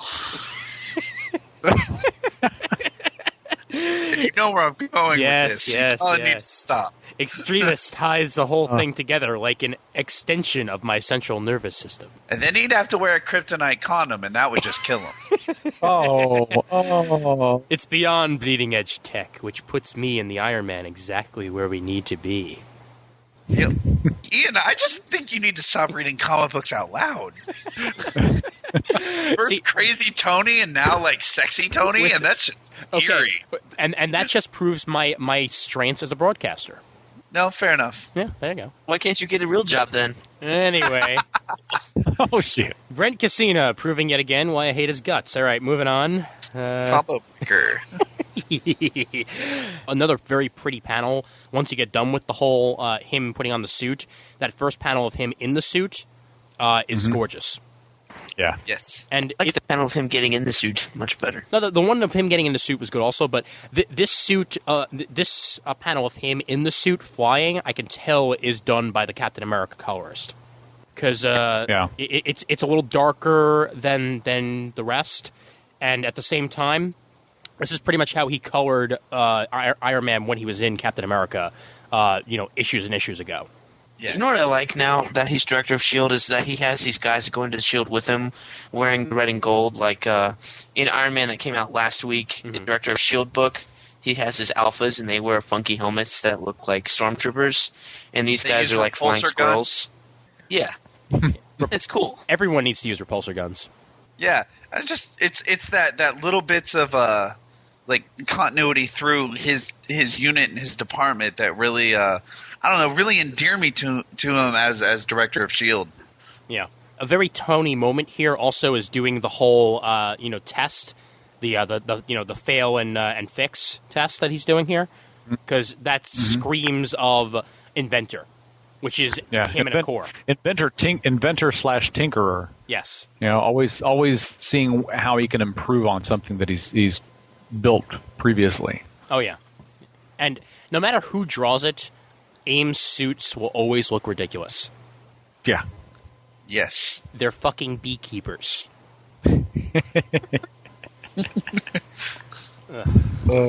Excuse me, and this one is AGM. Yeah. I'm gonna, screw it. I'm calling him Agam. Yeah, that's it. Agam. The gam. Agma. Agamemnon. All right, but anyway, he finally figures out that there's something terribly wrong here because these guys are way too easy to actually finish off, and then we get the photo, which Pepper sends along, and the most chilling piece of artwork in this entire issue, no question. Yes, because actually comparable to what pictures of war look like, because every now and then you'll find this wonderful picture shot by a camera, like right in the heat of battle, like right as an explosion's taking place or something, and that's exactly what this turns out to be. Now, mind you, the photo quality is obviously only because it's the StarTech camera, because I would never be able to take a photo that good with any camera built into a phone I've ever seen, but it looks amazing. Yeah. And they did a nice job as far as tying the two panels in together by doing the reverse inverting or what have you on the eye slot up above of the image down below. Right. And, I just noticed this now. Pepper's actually wearing her order stuff. Yes. To contact with him, she's actually using her interface she used with the order, which is good to see. Mm-hmm. Obviously makes her Oracle yet again. Yeah. I do have a question. How do y'all feel about Adi Granov's design on the Iron Man suit and seeing other people use it? Like the Extremis suit. Uh-oh. I like it. What's wrong with it? I think it looks good in the right hands. Mm-hmm. Shoot. I think that some of the back shots here that LaRocca does make it look ridiculously silly. Because when you see the back of the armor... Like the one where he's flying down? It right. looks fine. What's wrong with it? No. Yeah. Actually, the one when it's him versus the tank. When you see that back shot of exactly how many different scaly things are on the back, and the shoulder, the shoulder pieces and all that, just don't really look quite right. The rest of it looks fine from the Also, front. you can bend over. I get that. It's just that it looks like there's almost too many joints involved here. I'd rather it just be a little more streamlined. Right. Yeah. I just my biggest thing is and you see it mostly on the covers and stuff, is I never really liked the glossy metal Iron Man. I always had kind of a problem with it. Yeah. And then Granov took it to that brushed metal finish, and it seems like LaRocca is trying to do a cross between the two. Well, hey, if not for Granov, we wouldn't have gotten the armor in the movie. Oh, no. Oh, God. No. Granov makes my favorite armor. Hands down, flat out. I love it. And in the movie armor, again, it's just I don't know how I feel about other people trying to do the same thing, I guess. Well, would you rather... obviously Granov can't draw everything. Would you rather there actually be a new suit? Because it's been a while. To me, that's always kind of reflected on how Tony is. He's always making new suits of armor. Mm-hmm. They may end up going that way with this book, though. That's true. Yeah, no, again, definitely, I see that. Yeah, it kind of reminded. It kind of gave me that extremist feel. He's talking about Tony Stark 2.0. Well, where was the last time you talked about something like that? That was back with the whole extremist where he was bitching, to. He was man and machine, not man machine. Yeah. So, and with this here, and just to finish off the issue, because it's a wonderful set of dialogue here, because you see basically what's happening inside of his head here, and then there's the fifth nightmare, the big one, the bad one, that the person who would make the Iron Man cheap, easy to use, and disposable wouldn't be me.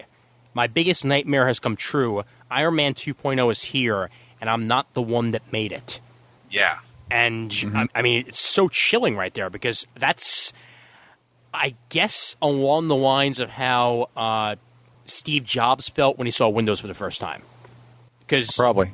I mean, see that. seeing Pirates of Silicon Valley and seeing like at least how they portrayed it. Steve Jobs was like, son of a bitch, when he saw, Bill Gates' design, because it was taking a little bit of his stuff and making it, I guess, easier to navigate and that sort of stuff, which is why today, I mean, even though in many ways Macs are better, Windows is still the most popular thing. Basically, he just created what could very well become the quote-unquote more popular Iron Man armor, Stain. One that's simpler to use and more terrible to use, because they can do major disaster with this stuff. Well, do you think, based off the images that, like you were referring to earlier, that at least LaRocca is trying to tie in some of the imagery from the movie into the book, kind of with the whole, what is it, the repulsor generator heart or chest plate that they have in the movie, kind of tying that in with these bombers? That's certainly possible, yeah. And of course, I was just talking about the scene with Iron Man versus the tank. Versus the truck tank, and that's in essence what happened in the movie. So, I mean, there definitely are a couple of things that were borrowed from that, at least a little bit. And which is kind of funny, because that actually came out of Extremis. That whole scene was almost, with the exception of Malin, and they replaced him with Ironmonger. That whole scene right there on the highway, God, that was stolen from Extremis. Right? Yeah. And with good right, because damn, that was a good scene. Oh yeah. And going back to what Chris and Sean were saying as well, I'm definitely going to expect in one way or another an Iron Man upgrade here, because he never settles for second best. Yeah. And right now he is second best. Stain has proven him to be better right now. And going on with what's happening in Secret Invasion as well, we know that obviously he's still wearing his armor in that. And not to spoil anything in Secret Invasion, but he's doing at least something with his armor in that, which might very well prove to be a change. But we're going to have to wait and see whether or not we see an entirely new armor, if we just see an upgrade of what he's already has, because it's been a very consistent look for him ever since Extremis happened. In fact, yeah. If memory serves me, I mean, this is pretty much as long as the armor he had in the 90s has been around, basically. That one with the, I guess, with like the triangle and the very square face that was in all the Marvel vs. Capcom games. Yeah. The cartoon one. Right, the cartoon one also. That one was around for at least 10 years. And this one, I mean, other than that, there really haven't been that many Iron Man armors except for the first, I guess, like the Mark II or the Mark III, the one that's in your icon, Equinox. Oh, yeah. That was right after the first Armor Wars. Right.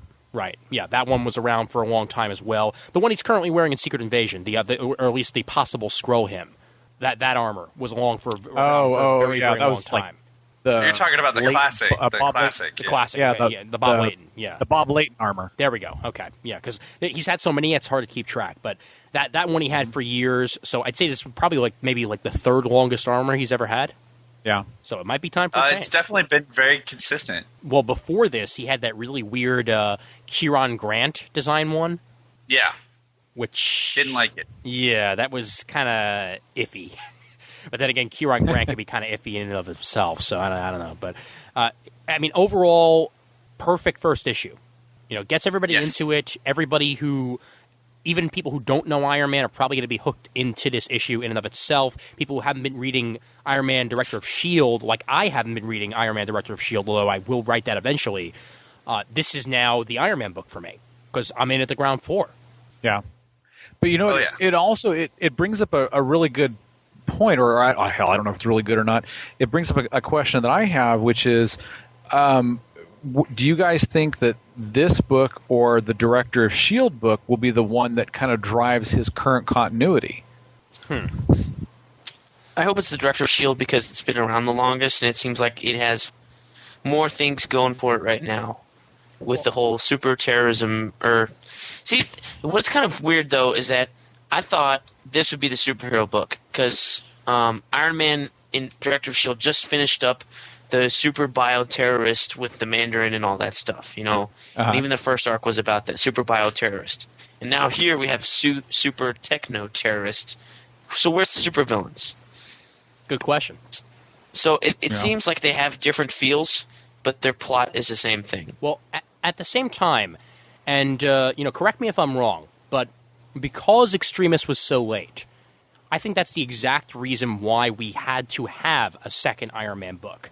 Because although Iron Man Agent of S.H.I.E.L.D. has been popular and has been doing well, a lot of people, including myself, the main reason why I didn't read the Iron Man Director of S.H.I.E.L.D. stuff and the stuff previous to that is because Extremis took so damn long. Once Warren Ellis's storyline was over with, I left the book because Civil War was happening and I wasn't getting Civil War content in Iron Man, so I just said forget it. And now with this book, I know in Director of S.H.I.E.L.D., I know Christos Gage is going to be taking over in September, I believe, and he's first going to be doing Secret Invasion then.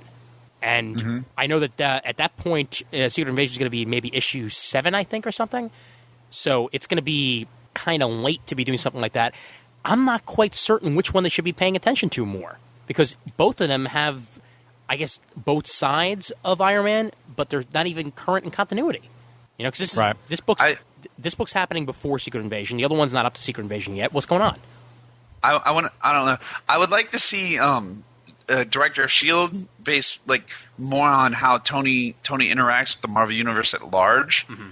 And especially like with the Avengers books and everything else, you know, how governmentalized all that stuff is. And I'd really like to see Iron Man take the much more personal note and see a little bit more of the superhero-y side through. I'd really like Iron Man Invincible to be my Iron Man book, and then I read everything else when I just catch up on everything, you know? Right. Like, so, I don't know.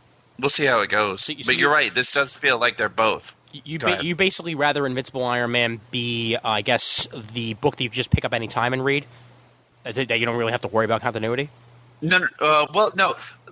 Actually, I'd rather be engaged in much more engaged in Invincible than Director, because Director should be all this stuff going on in the Marvel Universe. I could be able to pick up other books and still have a rough idea of what's going on in Director of S.H.I.E.L.D. because S.H.I.E.L.D. touches everything. And it'd be nice to not have to. I don't know. I'm going to read both, so it doesn't matter. So they've got me. It sounds like you think that the Director of S.H.I.E.L.D.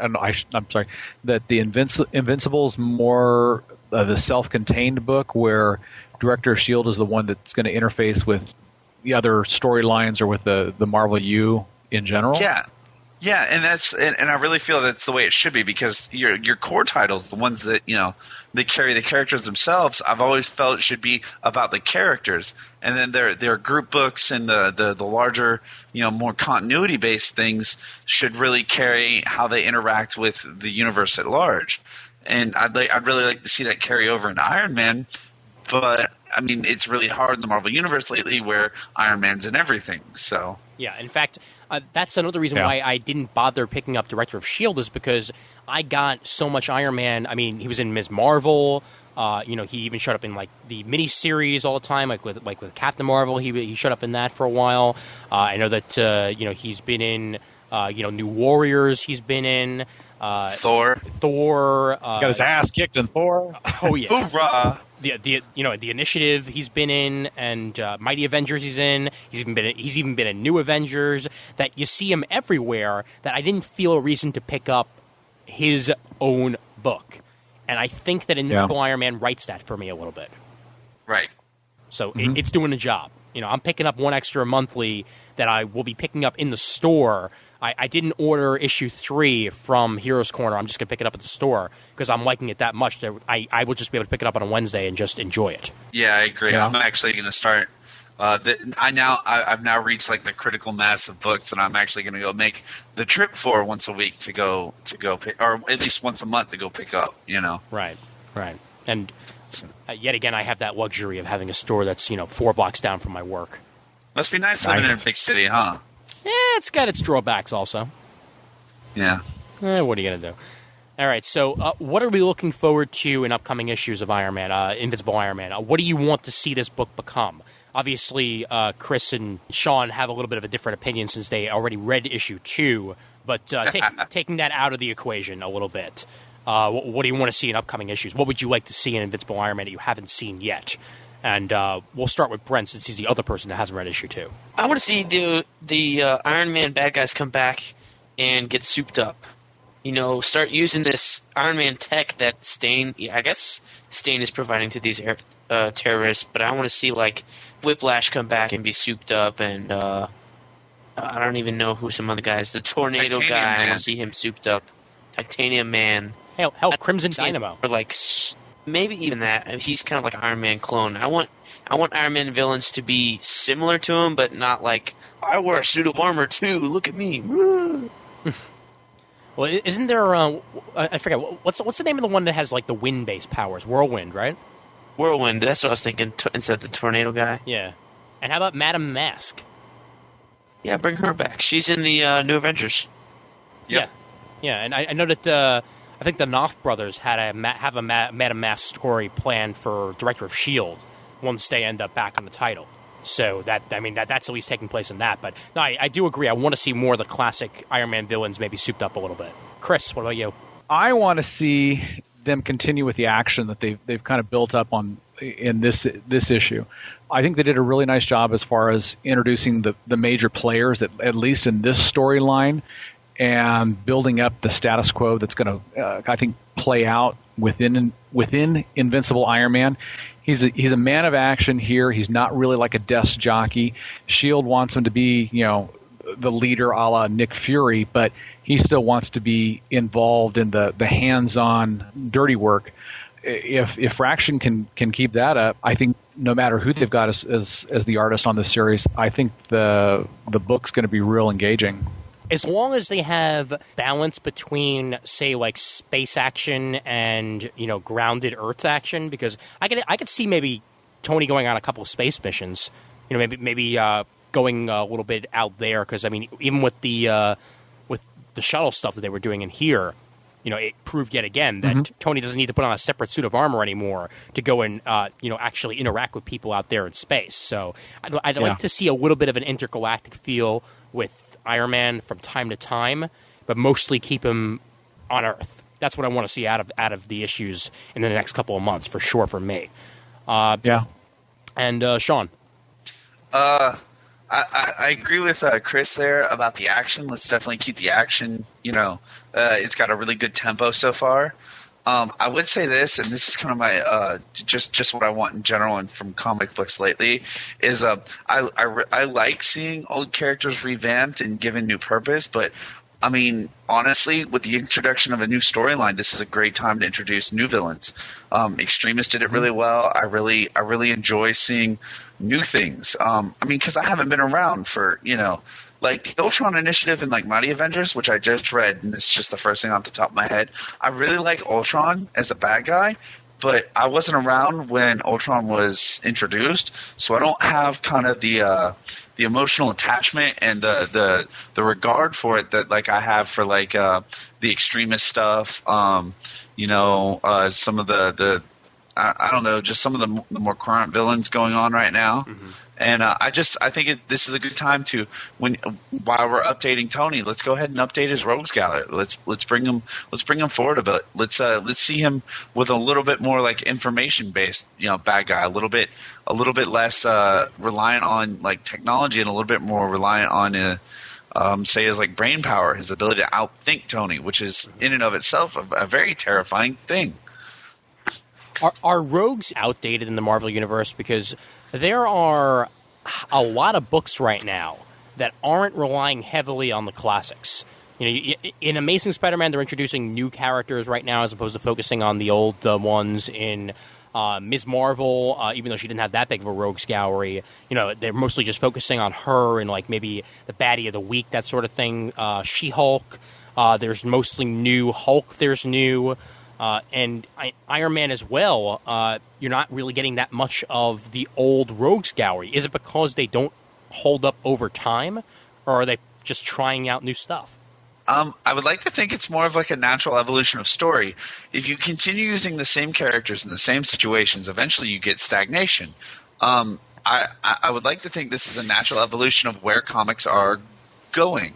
They're going to introduce new characters and new stories and new places and new ways. And I'm really excited about it because that means we're getting new ideas and new stories, and it's going to lead to new and exciting things.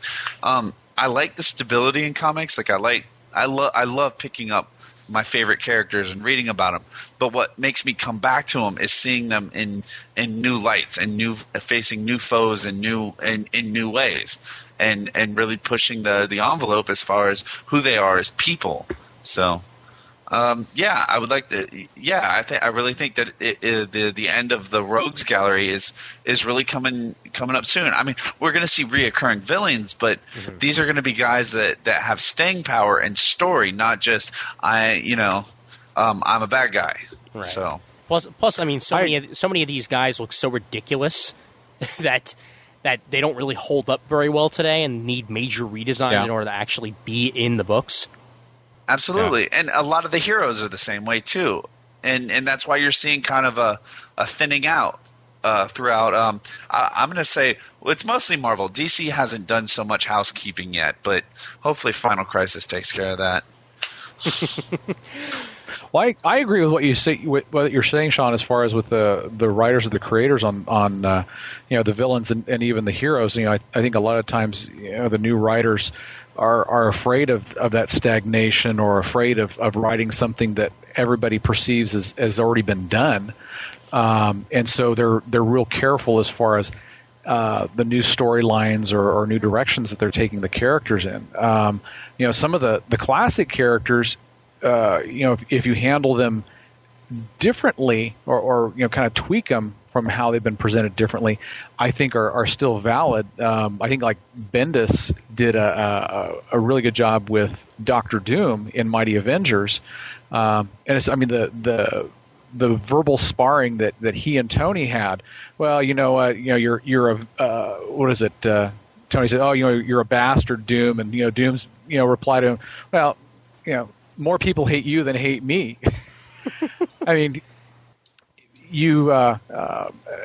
if you kind of pare back on the villains and like you say, maybe introduce new characters or new foes based on situation, as opposed to, oh, well, he's had this villain all the time, so we need to bring him back and we need to have him with a new plan or what have you. Well, that's already been done.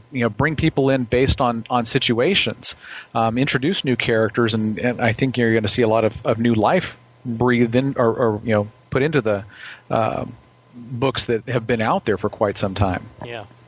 I mean, the only books right now in Marvel that are really relying heavily on their old villains still are Fantastic Four to a certain extent, and Captain America, and X-Men. Not even really X-Men, because right now, I mean, over the past couple of months at least, I mean, you had the whole Messiah Complex, which was something new that really didn't have that much other than maybe Sinister and Mystique, and I'm trying to think. Other than that, I mean, with the whole space thing had the whole third Summers brother going on, and that. Well, no. I'm talking about like very recently, like here in the last couple of months, like what's been going on in like X-Force and okay. This things like that, where they're bringing back like Reverend Stryker and gotcha. and right. Boulevard Trask, and I mean they're they're rehashing it in a new way, and it looks really cool. Yeah. But I'm saying like X-Men tend to fall back on their same same villains, if you will. Lately, I think they're going along the lines of what Brubaker's been doing in Cap, where they make the old villains seem less ridiculous and more frightening. And more relevant. Right. And as long as they do that, then there's going to be a reason to use them. Yeah. So I'd say this was a nice side topic to go on after that. But I assume everyone on this call is going to be picking up Invincible Iron Man in the foreseeable future. Absolutely. Hell yes. Oh, yeah. Booyah. As am I, obviously. All right, so let me read the one forum comment, and then we actually have two emails that we got on two different topics. First off, from Tech Jedi. Hey, all, just started posting, but I've been listening to Comic Timing and Ian and Brent for several dozen episodes since I discovered this whole world of podcasts at New York Comic Con back in April. I'm terribly hooked. I checked out Invincible Iron Man. No spoilers coming. It's a pretty standard new series, old character type #1. I do like it, however. I've been collecting since 1985, and I've seen a lot of the ancillary books after a character gets big. Hoping this one goes to great places because Iron Man is my man. Be talking to you, and that's Tech Jedi. So welcome to the forums, Tech Jedi, and hey, thanks for the comment. So Glad that New York Comic Con hooked somebody. yeah. That means it actually does something. That's pretty cool. Yeah, in fact, actually, Tech Not Jedi... that I didn't believe it, but it's nice to see proof. Well, I think I'm pretty sure he was the one. There's at least one person on the forums that posted recently on the Comic Timing forums that said he's working his way through all the episodes and is up to about episode 27.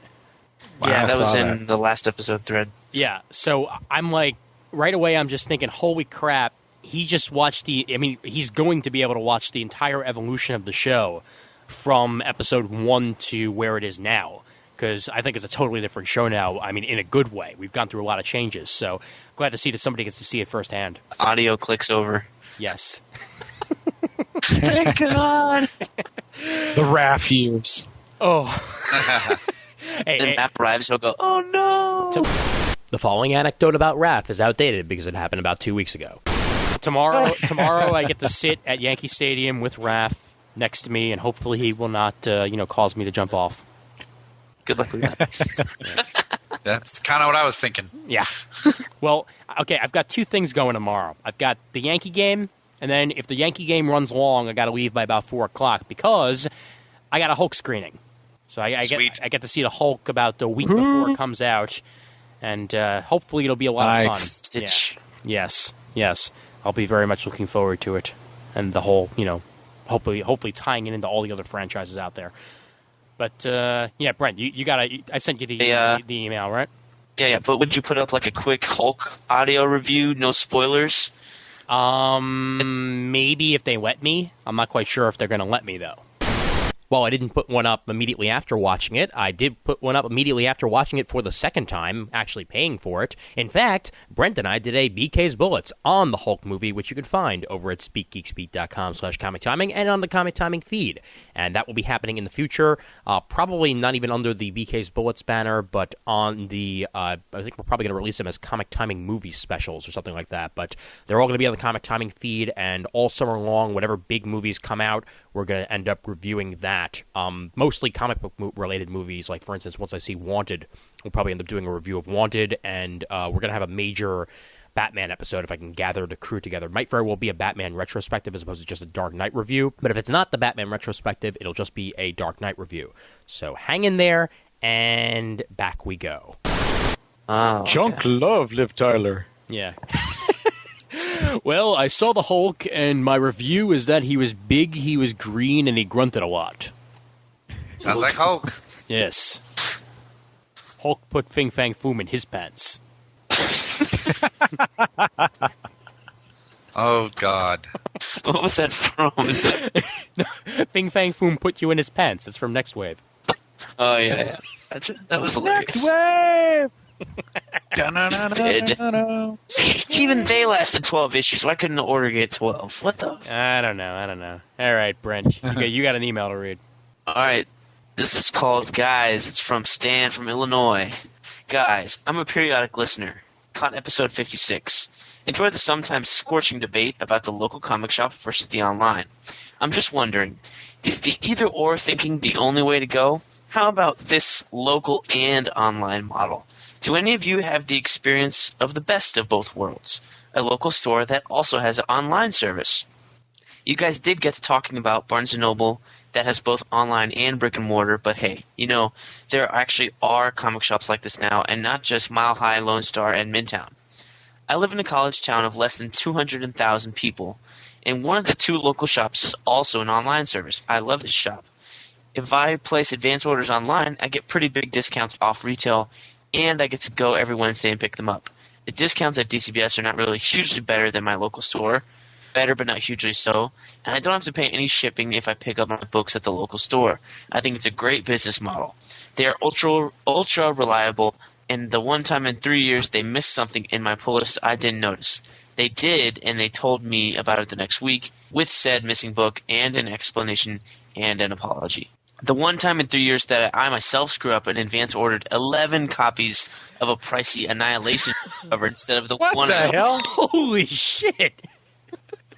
Oh my Typo. God! And I okay. Just before you finish reading it here, I actually made that mistake with my Heroes Corner order that I got in the mail. I ordered 2 separate titles.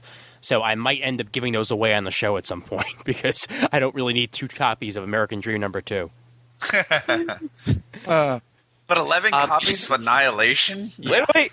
Oh, You'll God. hear. Okay. Obviously, I hit the 1 key in extra time. Helps me fix it before it was too late with Diamond. I hope so. Shit. Or else all of a sudden he's a retailer. That'll be $1,000, please. But 11 copies of Annihilation? Yes. That should have caught their eye, though. Wow. This guy ordered 11 copies of this crappy hardcover. He must really like Silver Surfer. I mean, don't get me wrong. I read Annihilation and I thought it was okay. But Annihilation Conquest was significantly better. yes, I agree. And I really like that Marvel tried to revamp their space lines. Yes. And Good job, Guardians guys. of the Galaxy #1 was great. I haven't read it yet. Really good. Rocket fucking Raccoon. Enough said. I feel bad for the raccoon.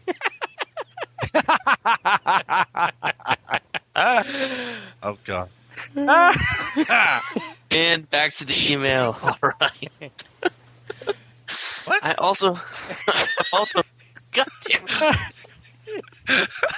it. So, back to the email. Sorry, I'll keep my quips to myself. That's fine. You can quip all you want, man. That's all we're fucking about here. Boot. My parents gave me a raccoon. It's great how Raph started a meme. Oh, we do it. We do it all the time now. Every time we see something with Batman on it, like we saw this package of Reese's Pieces today that has him on, like him from the movie on it, and I just look at Travis. I go, his parents are dead. I swear to God, swear to me. I love that line. Ever since I heard it, I want to like just stick somebody out of a car door while we're driving and sing it to them. Well, no. It's not even just that. You point to the Reese's thing and you go, "You see those Reese's? They killed my parents." Oh, that's so dumb. It's funny. I know. So, Brent, back to the email, please. For the love Sorry. of God, please. Stop us before we get ahead of ourselves. I have also found other local and online stores. When I was looking for back issues of some low print run title that had suddenly gotten hot, DC's Manhunter a couple of years ago, none of the big online shops had any back issues, and neither did my local shops. However, I stumbled across some other groovy local and online stores that had what I wanted in stock. I bookmarked these stores, and although I don't buy from these places all the time, if I'm looking for a particular back issue and I can't get it at my outrageously good local store, I will shop at these places first before I go to a mega store. So for me, the consumer's choice is a different hierarchy. I will buy from a local and online store if I get good discounts, and I do. If I move, I'm not sure whether I would ever shop again at a brick-and-mortar store if it doesn't have a way to place advance orders at significant discounts. I've been spoiled by my local shop. If not for this kind of service, I would only amble in every couple of months to look around. For back issues that are hard to find, I need to choose from online mega stores or smaller stores that happen to have an online presence. I don't know if comics will go the way of books and CDs. I don't really want one mega online entity to eat up everything. So I put the biggest stores last on my shopping list. I would love it in the future if the future held a variety of local shops that had internet presences, but where one world-dominating carnivorous creature did not emerge. Stan from Illinois. Excellent email there, Stan. And you know what? I'm kind of agreeing with you on that. I don't really want to see like an Amazon.com for comics because I feel like that would probably be detrimental to the business that, all these small mom-and-pop stores would end up going out. I also could very well see a lot of those small mom-and-pop stores making an online presence in one way or another. I will say that if Midtown had a better online service where I could actually, I don't know. They have a pull service, but I last time I looked at it, the discounts weren't really that big, and I still like being able to just go to the racks and picking things up that way. But you're lucky to have a store like that has enough of an online presence where you could just order them with the discount and pick them up in store. Because that's damn lucky. Yeah, I know. Definitely. No places around here do that. I can definitely say that. But Do you guys actually see along the lines of what he said, like more of the local shops also having an online presence where they could get 2-in-1 like this? Because it's difficult to do one business model, let alone two. So, I mean, Chris, what do you think about that? I would like to see something like that happen because, honestly, I mean, as much as I enjoy getting the discount from, and I use DCBS, as much as I enjoy the discount on some of the books they have, the flip side is some of the shipping delays that aren't necessarily their fault. Like, for example, with the holiday last week, I basically have to wait to get my books until I think they're coming in this Friday, supposedly. If I was able to go in and pick up the books, even if the discount was, let's say, 5% less than I get from DCBS, I would see that as being a great trade-off. Not having to worry about shipping delays, being able to get my books that much faster. I'd be all for it. Oh yeah, no, I'm in the same boat with you. And I mean, if anything like that does come along where I am, I mean, let's say for example, if I move and I'm in the middle of nowhere, and the one comic shop in my town also has an online presence, I'm jumping on it. I mean, no questions asked. Yeah. And I mean, I know that right now I have a luxury a lot of people do not. And, if that does ever change, I'm going to be looking towards a lot of different options for my comics because it's an addiction and I'm not going to be able to break it. It's sad, but true. Yep.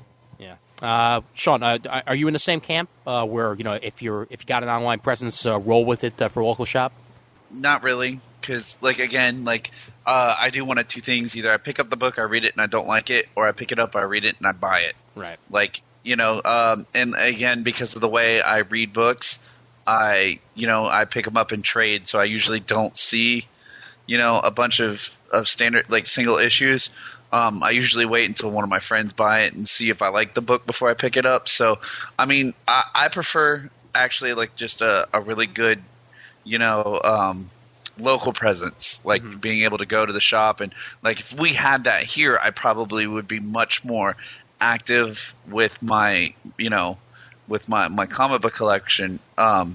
But because we don't, and I can't, I have to be a little bit more, choosy when I go to buy my stuff. So, right. And I don't like shopping for stuff online. I think it gets really annoying. Because I play a lot of tabletop games, and I have to buy most of my pieces online. Right. By the time I'm done with that, I don't want to go look for my comic books too. Okay, you want to know how sad I am? There's this one cereal that I really liked that I used to pick up at, I think the Walgreens around here used to carry it, and they don't anymore. So first I was getting it from the actual company's website, and that was all well and good, but it was pretty expensive. So now I get my cereal from drugstore.com. Wow. It's really weird because, I mean, they carry it. So I usually get, maybe 3 or 4 at once, and I'll buy, like a Tylenol or something just to tide me over to the over $25 free shipping or whatever the hell it is. And I just never thought I'd be buying cereal off the internet. I bought oatmeal cookies off Amazon.com a couple of weeks ago. Oh, Jesus. Now that's going to the extreme. Yeah. Yet again, agreed. No. It's not even because of that. Because my mom liked this one brand of oatmeal cookies that they stopped selling in my neighborhood, and Amazon had 10 packs for $15. Huh. Yeah. Yeah. I mean, the most trouble I've ever gotten to going to get food was they don't sell balls in Ocala. The energy drink. Are those balls blue, by the way? Yeah. Okay. Do they have slings for those? Anyway, moving on. I actually really enjoy the drink. I actually had to go to a local grocery store and yell at somebody until they special ordered it for me. Do they keep the balls on ice? No. You're lucky I can't physically reach you.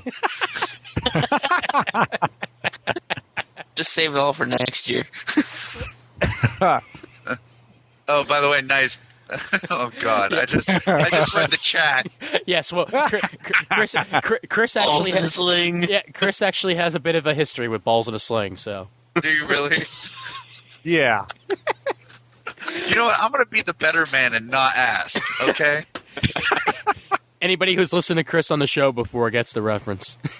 If you don't, go back and listen to 22 Pages Nova #1. Yes, I and will do that tomorrow at work. and still, whenever a Rogues Gallery comes out, Chris's wife is in the other room.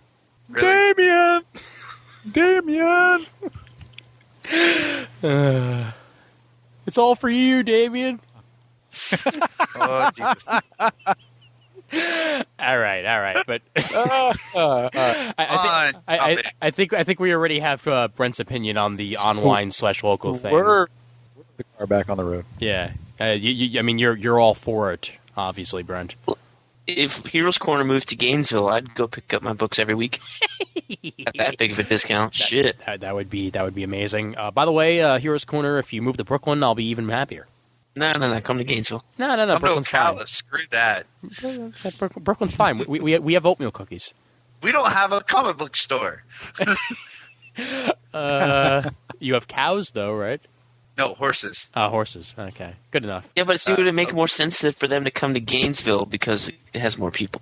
So, Look, as long as they put out the Big Apple comics, I'm okay with it because I can't stand them. So we've got another email here from Andrew Pellerito. I'm just going to completely ignore you two and keep reading. Ian just got through, and by the way, he says Ian, not Ian and Brent, just wanted to point that out. Ian just got through the lengthy 2-year anniversary episode of Comic Timing. Great episode and one of my favorites. I like the chat as always and the great questions from the forum. Congratulations, and I hope to hear more in the coming years. Keep up the good work. What I want to know is, what is the oldest comic in your reading pile, and why have you been avoiding it? Good question. Ooh. Good question. And I actually think I have an answer for that. Amazon's Attack, the last issue. Ugh.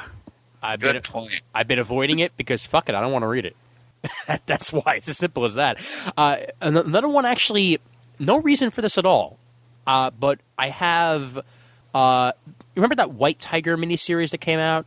Yeah. I think Brubaker wrote it. For some reason, I just never got around to it. I think issues 1 and 2 are just still sitting in my pile. And just, I don't know whether or not I just didn't have enough interest in the character or other things took precedent, but I still haven't actually read those. So I think those are my oldest in my to-read pile. Chris, you got anything you can think of offhand? I got some Wonder Woman issues from around the time of Amazon Attacks that I haven't gotten around to reading yet. Yeah, yet again with good reason. And unfortunately, I'm still getting the issues in between. Although with the Gail Simone issues, I know that there'll be some good reading there, but I just don't want to get things out of order. So of course they're just sitting in the Mylars, just waiting. Oh, at MegaCon actually, I got for 25 cents. I think it was at MegaCon. If not, it was at last year's New York. But I got the one issue of Teen Titans that I refused to buy. The second part of the Rob Liefeld issue. Ew. I wish I hadn't spent the money for that. Yeah. The regular discounted cover price. I love Gail Simone, but she suffered from having to do stuff with Rob Liefeld in that. Yeah. So, yeah. Sean, you got anything offhand you can think of? Yeah. Countdown number 4. We have a winner. No, seriously, I picked up 3 and 4 at the same time. I read 3 and I was just done with it. Oh, wait! You read 3, but not 4?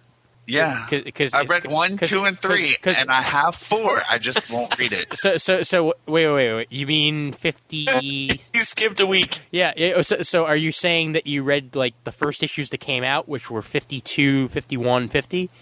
What? Or yeah, whatever. Yeah, because I was about to say, because had you have picked up 3, 4, 5. No. Backwards. Backwards. Okay. Backwards. Sorry. Yeah. That's how little attention I paid to it after I put it down. That's totally what happened. I swear.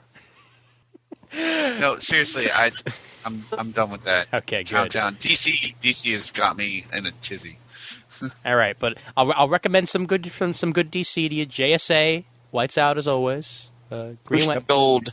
Yep, Booster Gold, kick-ass. Booster Gold's hilarious. I'll give you that, man. Yeah. That guy is funny. Actually, pretty much everything I'm going to recommend is Jeff Johns. Green Lantern, which has been great.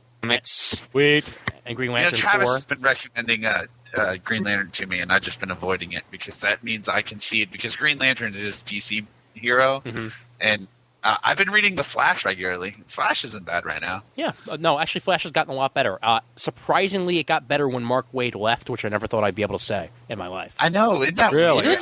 Yeah. I'm gonna have to start picking that up because Yeah. I dropped it. Wade just wasn't doing it for me. And Freddie's I dropped it when the new guy came on. Yeah. Freddie's art has been better, and the new guy is actually reminding me a lot of Jeff Johns. Really? Yeah. Yeah, well, yeah, I can definitely see that. Yeah, I like the current story arc in Flash. I've actually been picking that up as it's been coming out. Oh, So and dude, Blue Beetle. haven't read it yet. I've heard good things though. You need to. You need to read it. Okay. It's been very good. So yeah. Anyway, that's it. But wait, Brent. Battle for Bloodhaven #2. Woo! Ooh. Damn, man. Holy shit! You're just not gonna read it, are you? Fuck no, the first one was terrible.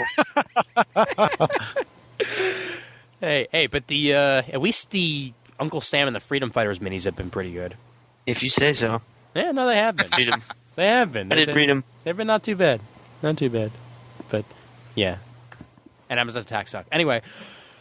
All right. I think that's pretty much all. And thank you, Andrew, for the email, by the way. Good to have you on, and glad you're enjoying the show for all 2 years and stuff. So, Yeah, people, if you send us emails, we will read them. yes, indeed. And you can send Imagine that. emails, We don't too. put it on there.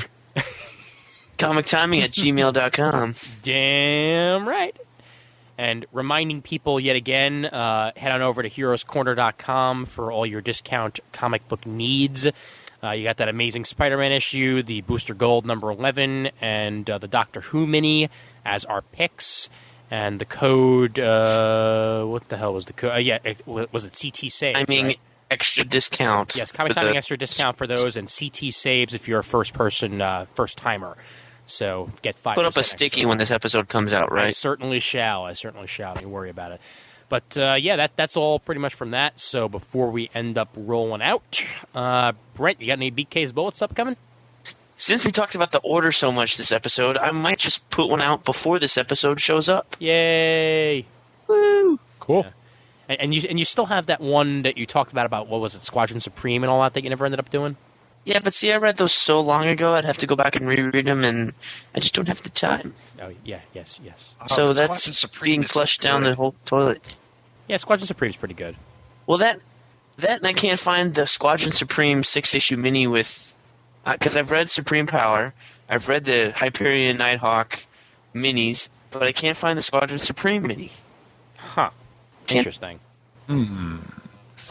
So, comic timing listeners, if you have extra copies for some reason of the Squadron Supreme mini, hit up Brent. Nothing. Contact Brent Casina at 555-4321. That's right. 555-4321. Call him now. Yeah. And RagingBullets.com for his other BK's Bullets stuff, and you might have one coming up if they decide to play it. Oh, I need to send that to him again. Yes, you do. Because Sean finally PM'd me back and said, yeah, resend it. I think I still have it. I love So they're finally going to play, and it's going to say at the beginning, all right, season premiere of Smallville. I decided to do this because it's been 1 year since I started doing BK's Bullets, and it's going to be 6 months, 8 months late. It's beautiful. It's beautiful. And how many Just show BK's Bullets have you done since then? I have not. I think like 1, I think like 2.5, right?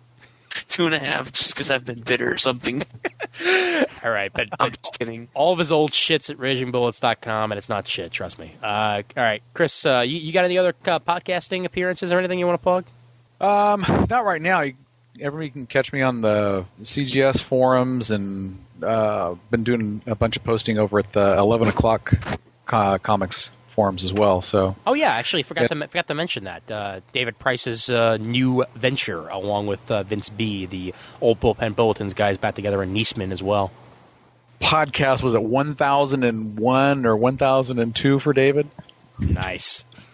The man of 1004 podcasts, yeah, and of Yeah. course, what's most important about 11 o'clock comics? They've got Wood. Jason Wood, a regular member of the podcast, so congrats to Wood on that. We got to get him back on the show eventually, but yeah, that's been good. I listened to the first episode. I got to listen to a couple more, but it's been really fun so far. So yeah, that's all fun. And Sean, what's happening in your neck of the woods? Mostly been finishing up issue 2. We just got a new colorist for our Codename Power book. Getting ready for Chicago. We got our last little, you know how it is, getting ready for conventions. So other than that, just a lot of work. I'm relettering the issue 2. By the way, lettering, lots of fun. Really enjoy it. Relettering, not quite as much fun. Youch. Yeah, Only amazing. well, Travis ended up having to ink a lot of his own stuff, and so we were kind of in the same boat, like having to do our own work twice, and it just sucks all the soul right out of it. Ow. Yeah, so it's kind of like editing your own podcast. that's your fault. See, We have other people to do our stuff. at least I'm kidding about that. But anyway. No. Yeah. I mean, no. But we've also been working on a couple other side projects. We've also been getting ready for. We're going to be doing some. Travis is going to be putting in a submission to the DC submission board at San Diego, Oh, great. and I'll be attempting to pitch something to them. So we'll see. I'll be crossing my fingers, man. Hell yeah! I hope to be bringing a little bit of that Marvel spunk to the DCU. So That's what she said. hell yeah! That's what I'm smelling. Ugh. Smelling Marvel spunk, is that it? Yeah. Well, I'm just we've been talking about it, and we realize that DC has really iconic heroes, but they really don't use them in iconic ways, and we really want to just, like All-Star was really cool, All-Star heroes and All-Star creators, but it didn't really turn out to be very all-starry, in my opinion.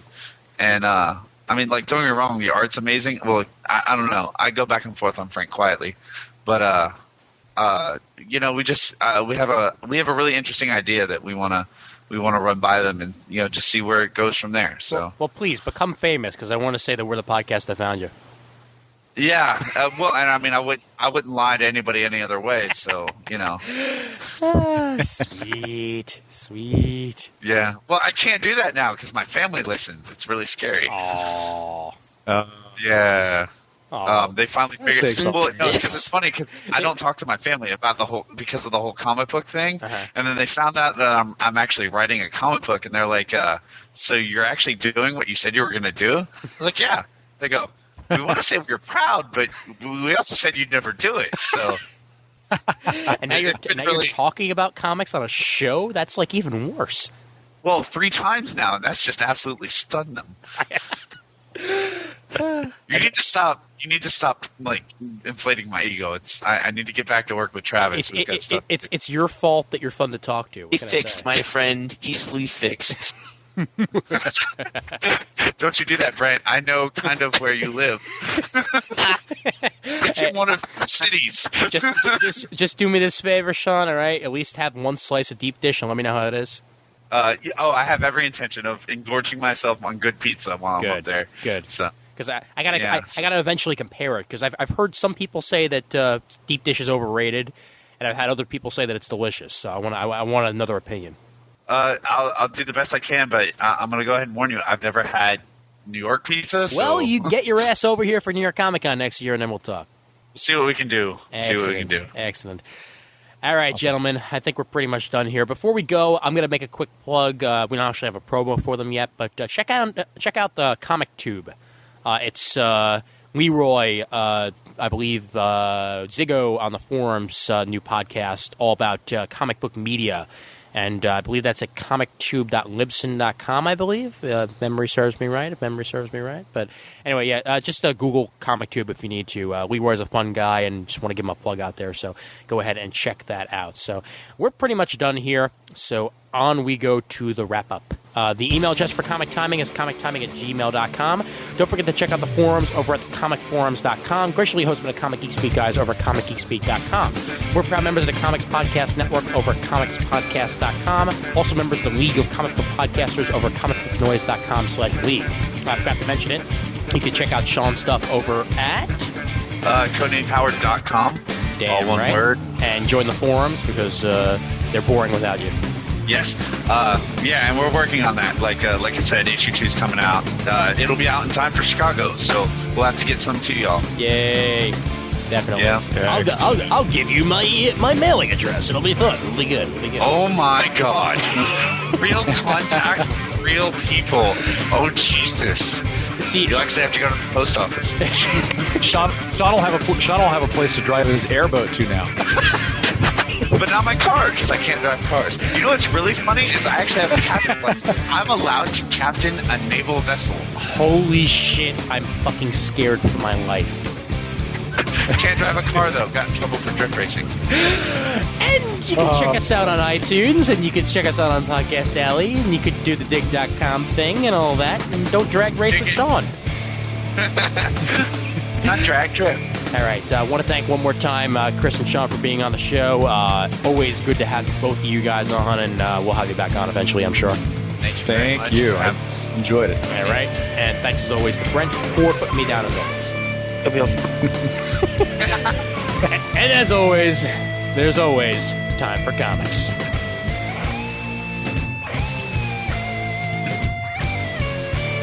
The last left our heroes. Brent still hadn't taken another crap. Hey, I'm here. I know. I said you still hadn't taken another crap. Actually, that was the second one. Oh, really? Oh, great. Uh-huh. That was information I really should have asked. I like to call them reruns.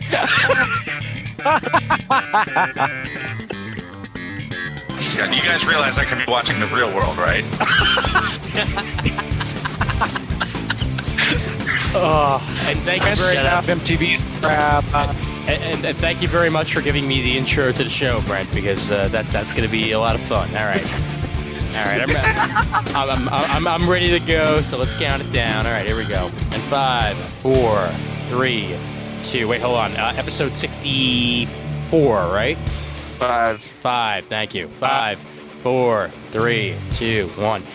Hey there, folks. My name's Ian Levinstein, and welcome to episode 65 of Comic Timing. And in order to celebrate episode 65, we're going to have ourselves 22 pages, number 5, Invincible Iron Man, number 1. How about that? We're joined on this call. Is it 5? What's up? Is it 5? Hold on. Yeah, it's 5. 22 pages, number 5. That's what I had in the. No, 66. The codename Power 1 is 65. I just went to the website. Oh, fuck. We're on 66. God damn it, you bastard. All right, 5. Sorry, 4. Tell me which one it was. Here we go. checked. Here we go. In 5, 4, 3, 2, 1. Damn it, I have no voice for some reason. Next thing I we're going to know, think what we're it is, calling though- Spectre. Oh, Spectre? Smirsh. You guys don't remember Spectre? No, I don't. Dude, that's- Bond. James Bond, thank you. Thank you. All right, there we go. Yeah, sorry. Wow. Yeah, I'm showing my age here. That's sad. Can't braid it, eh? Got the dump. You have age, Ian. That's news to me. Yeah, I'm only 3.5 years old. Oh, Jesus. He's voiced by Bruce Willis half the time, so. Yes, that's true. Hold on, AFK for a minute. Okay. AFK. Yeah, those sayings don't really work when you say them out loud. Okay, BRB, LOL, LMAO, ROFL, MAO. Ruffle. Ruffle. Yeah.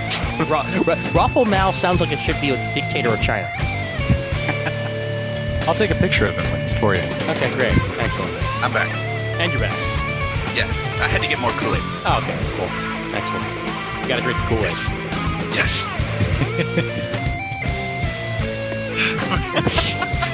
Like we saw this package of Reese's Pieces today that has him on, like him from the movie on it, and I just look at Travis. I go, his parents are dead. His parents are dead. His parents are dead. His parents are dead. His parents are dead. His parents are dead. His parents are dead. His parents are dead. His parents are dead. His parents are dead. His parents are dead. His parents are dead. His parents are dead. His parents are dead. His parents are dead.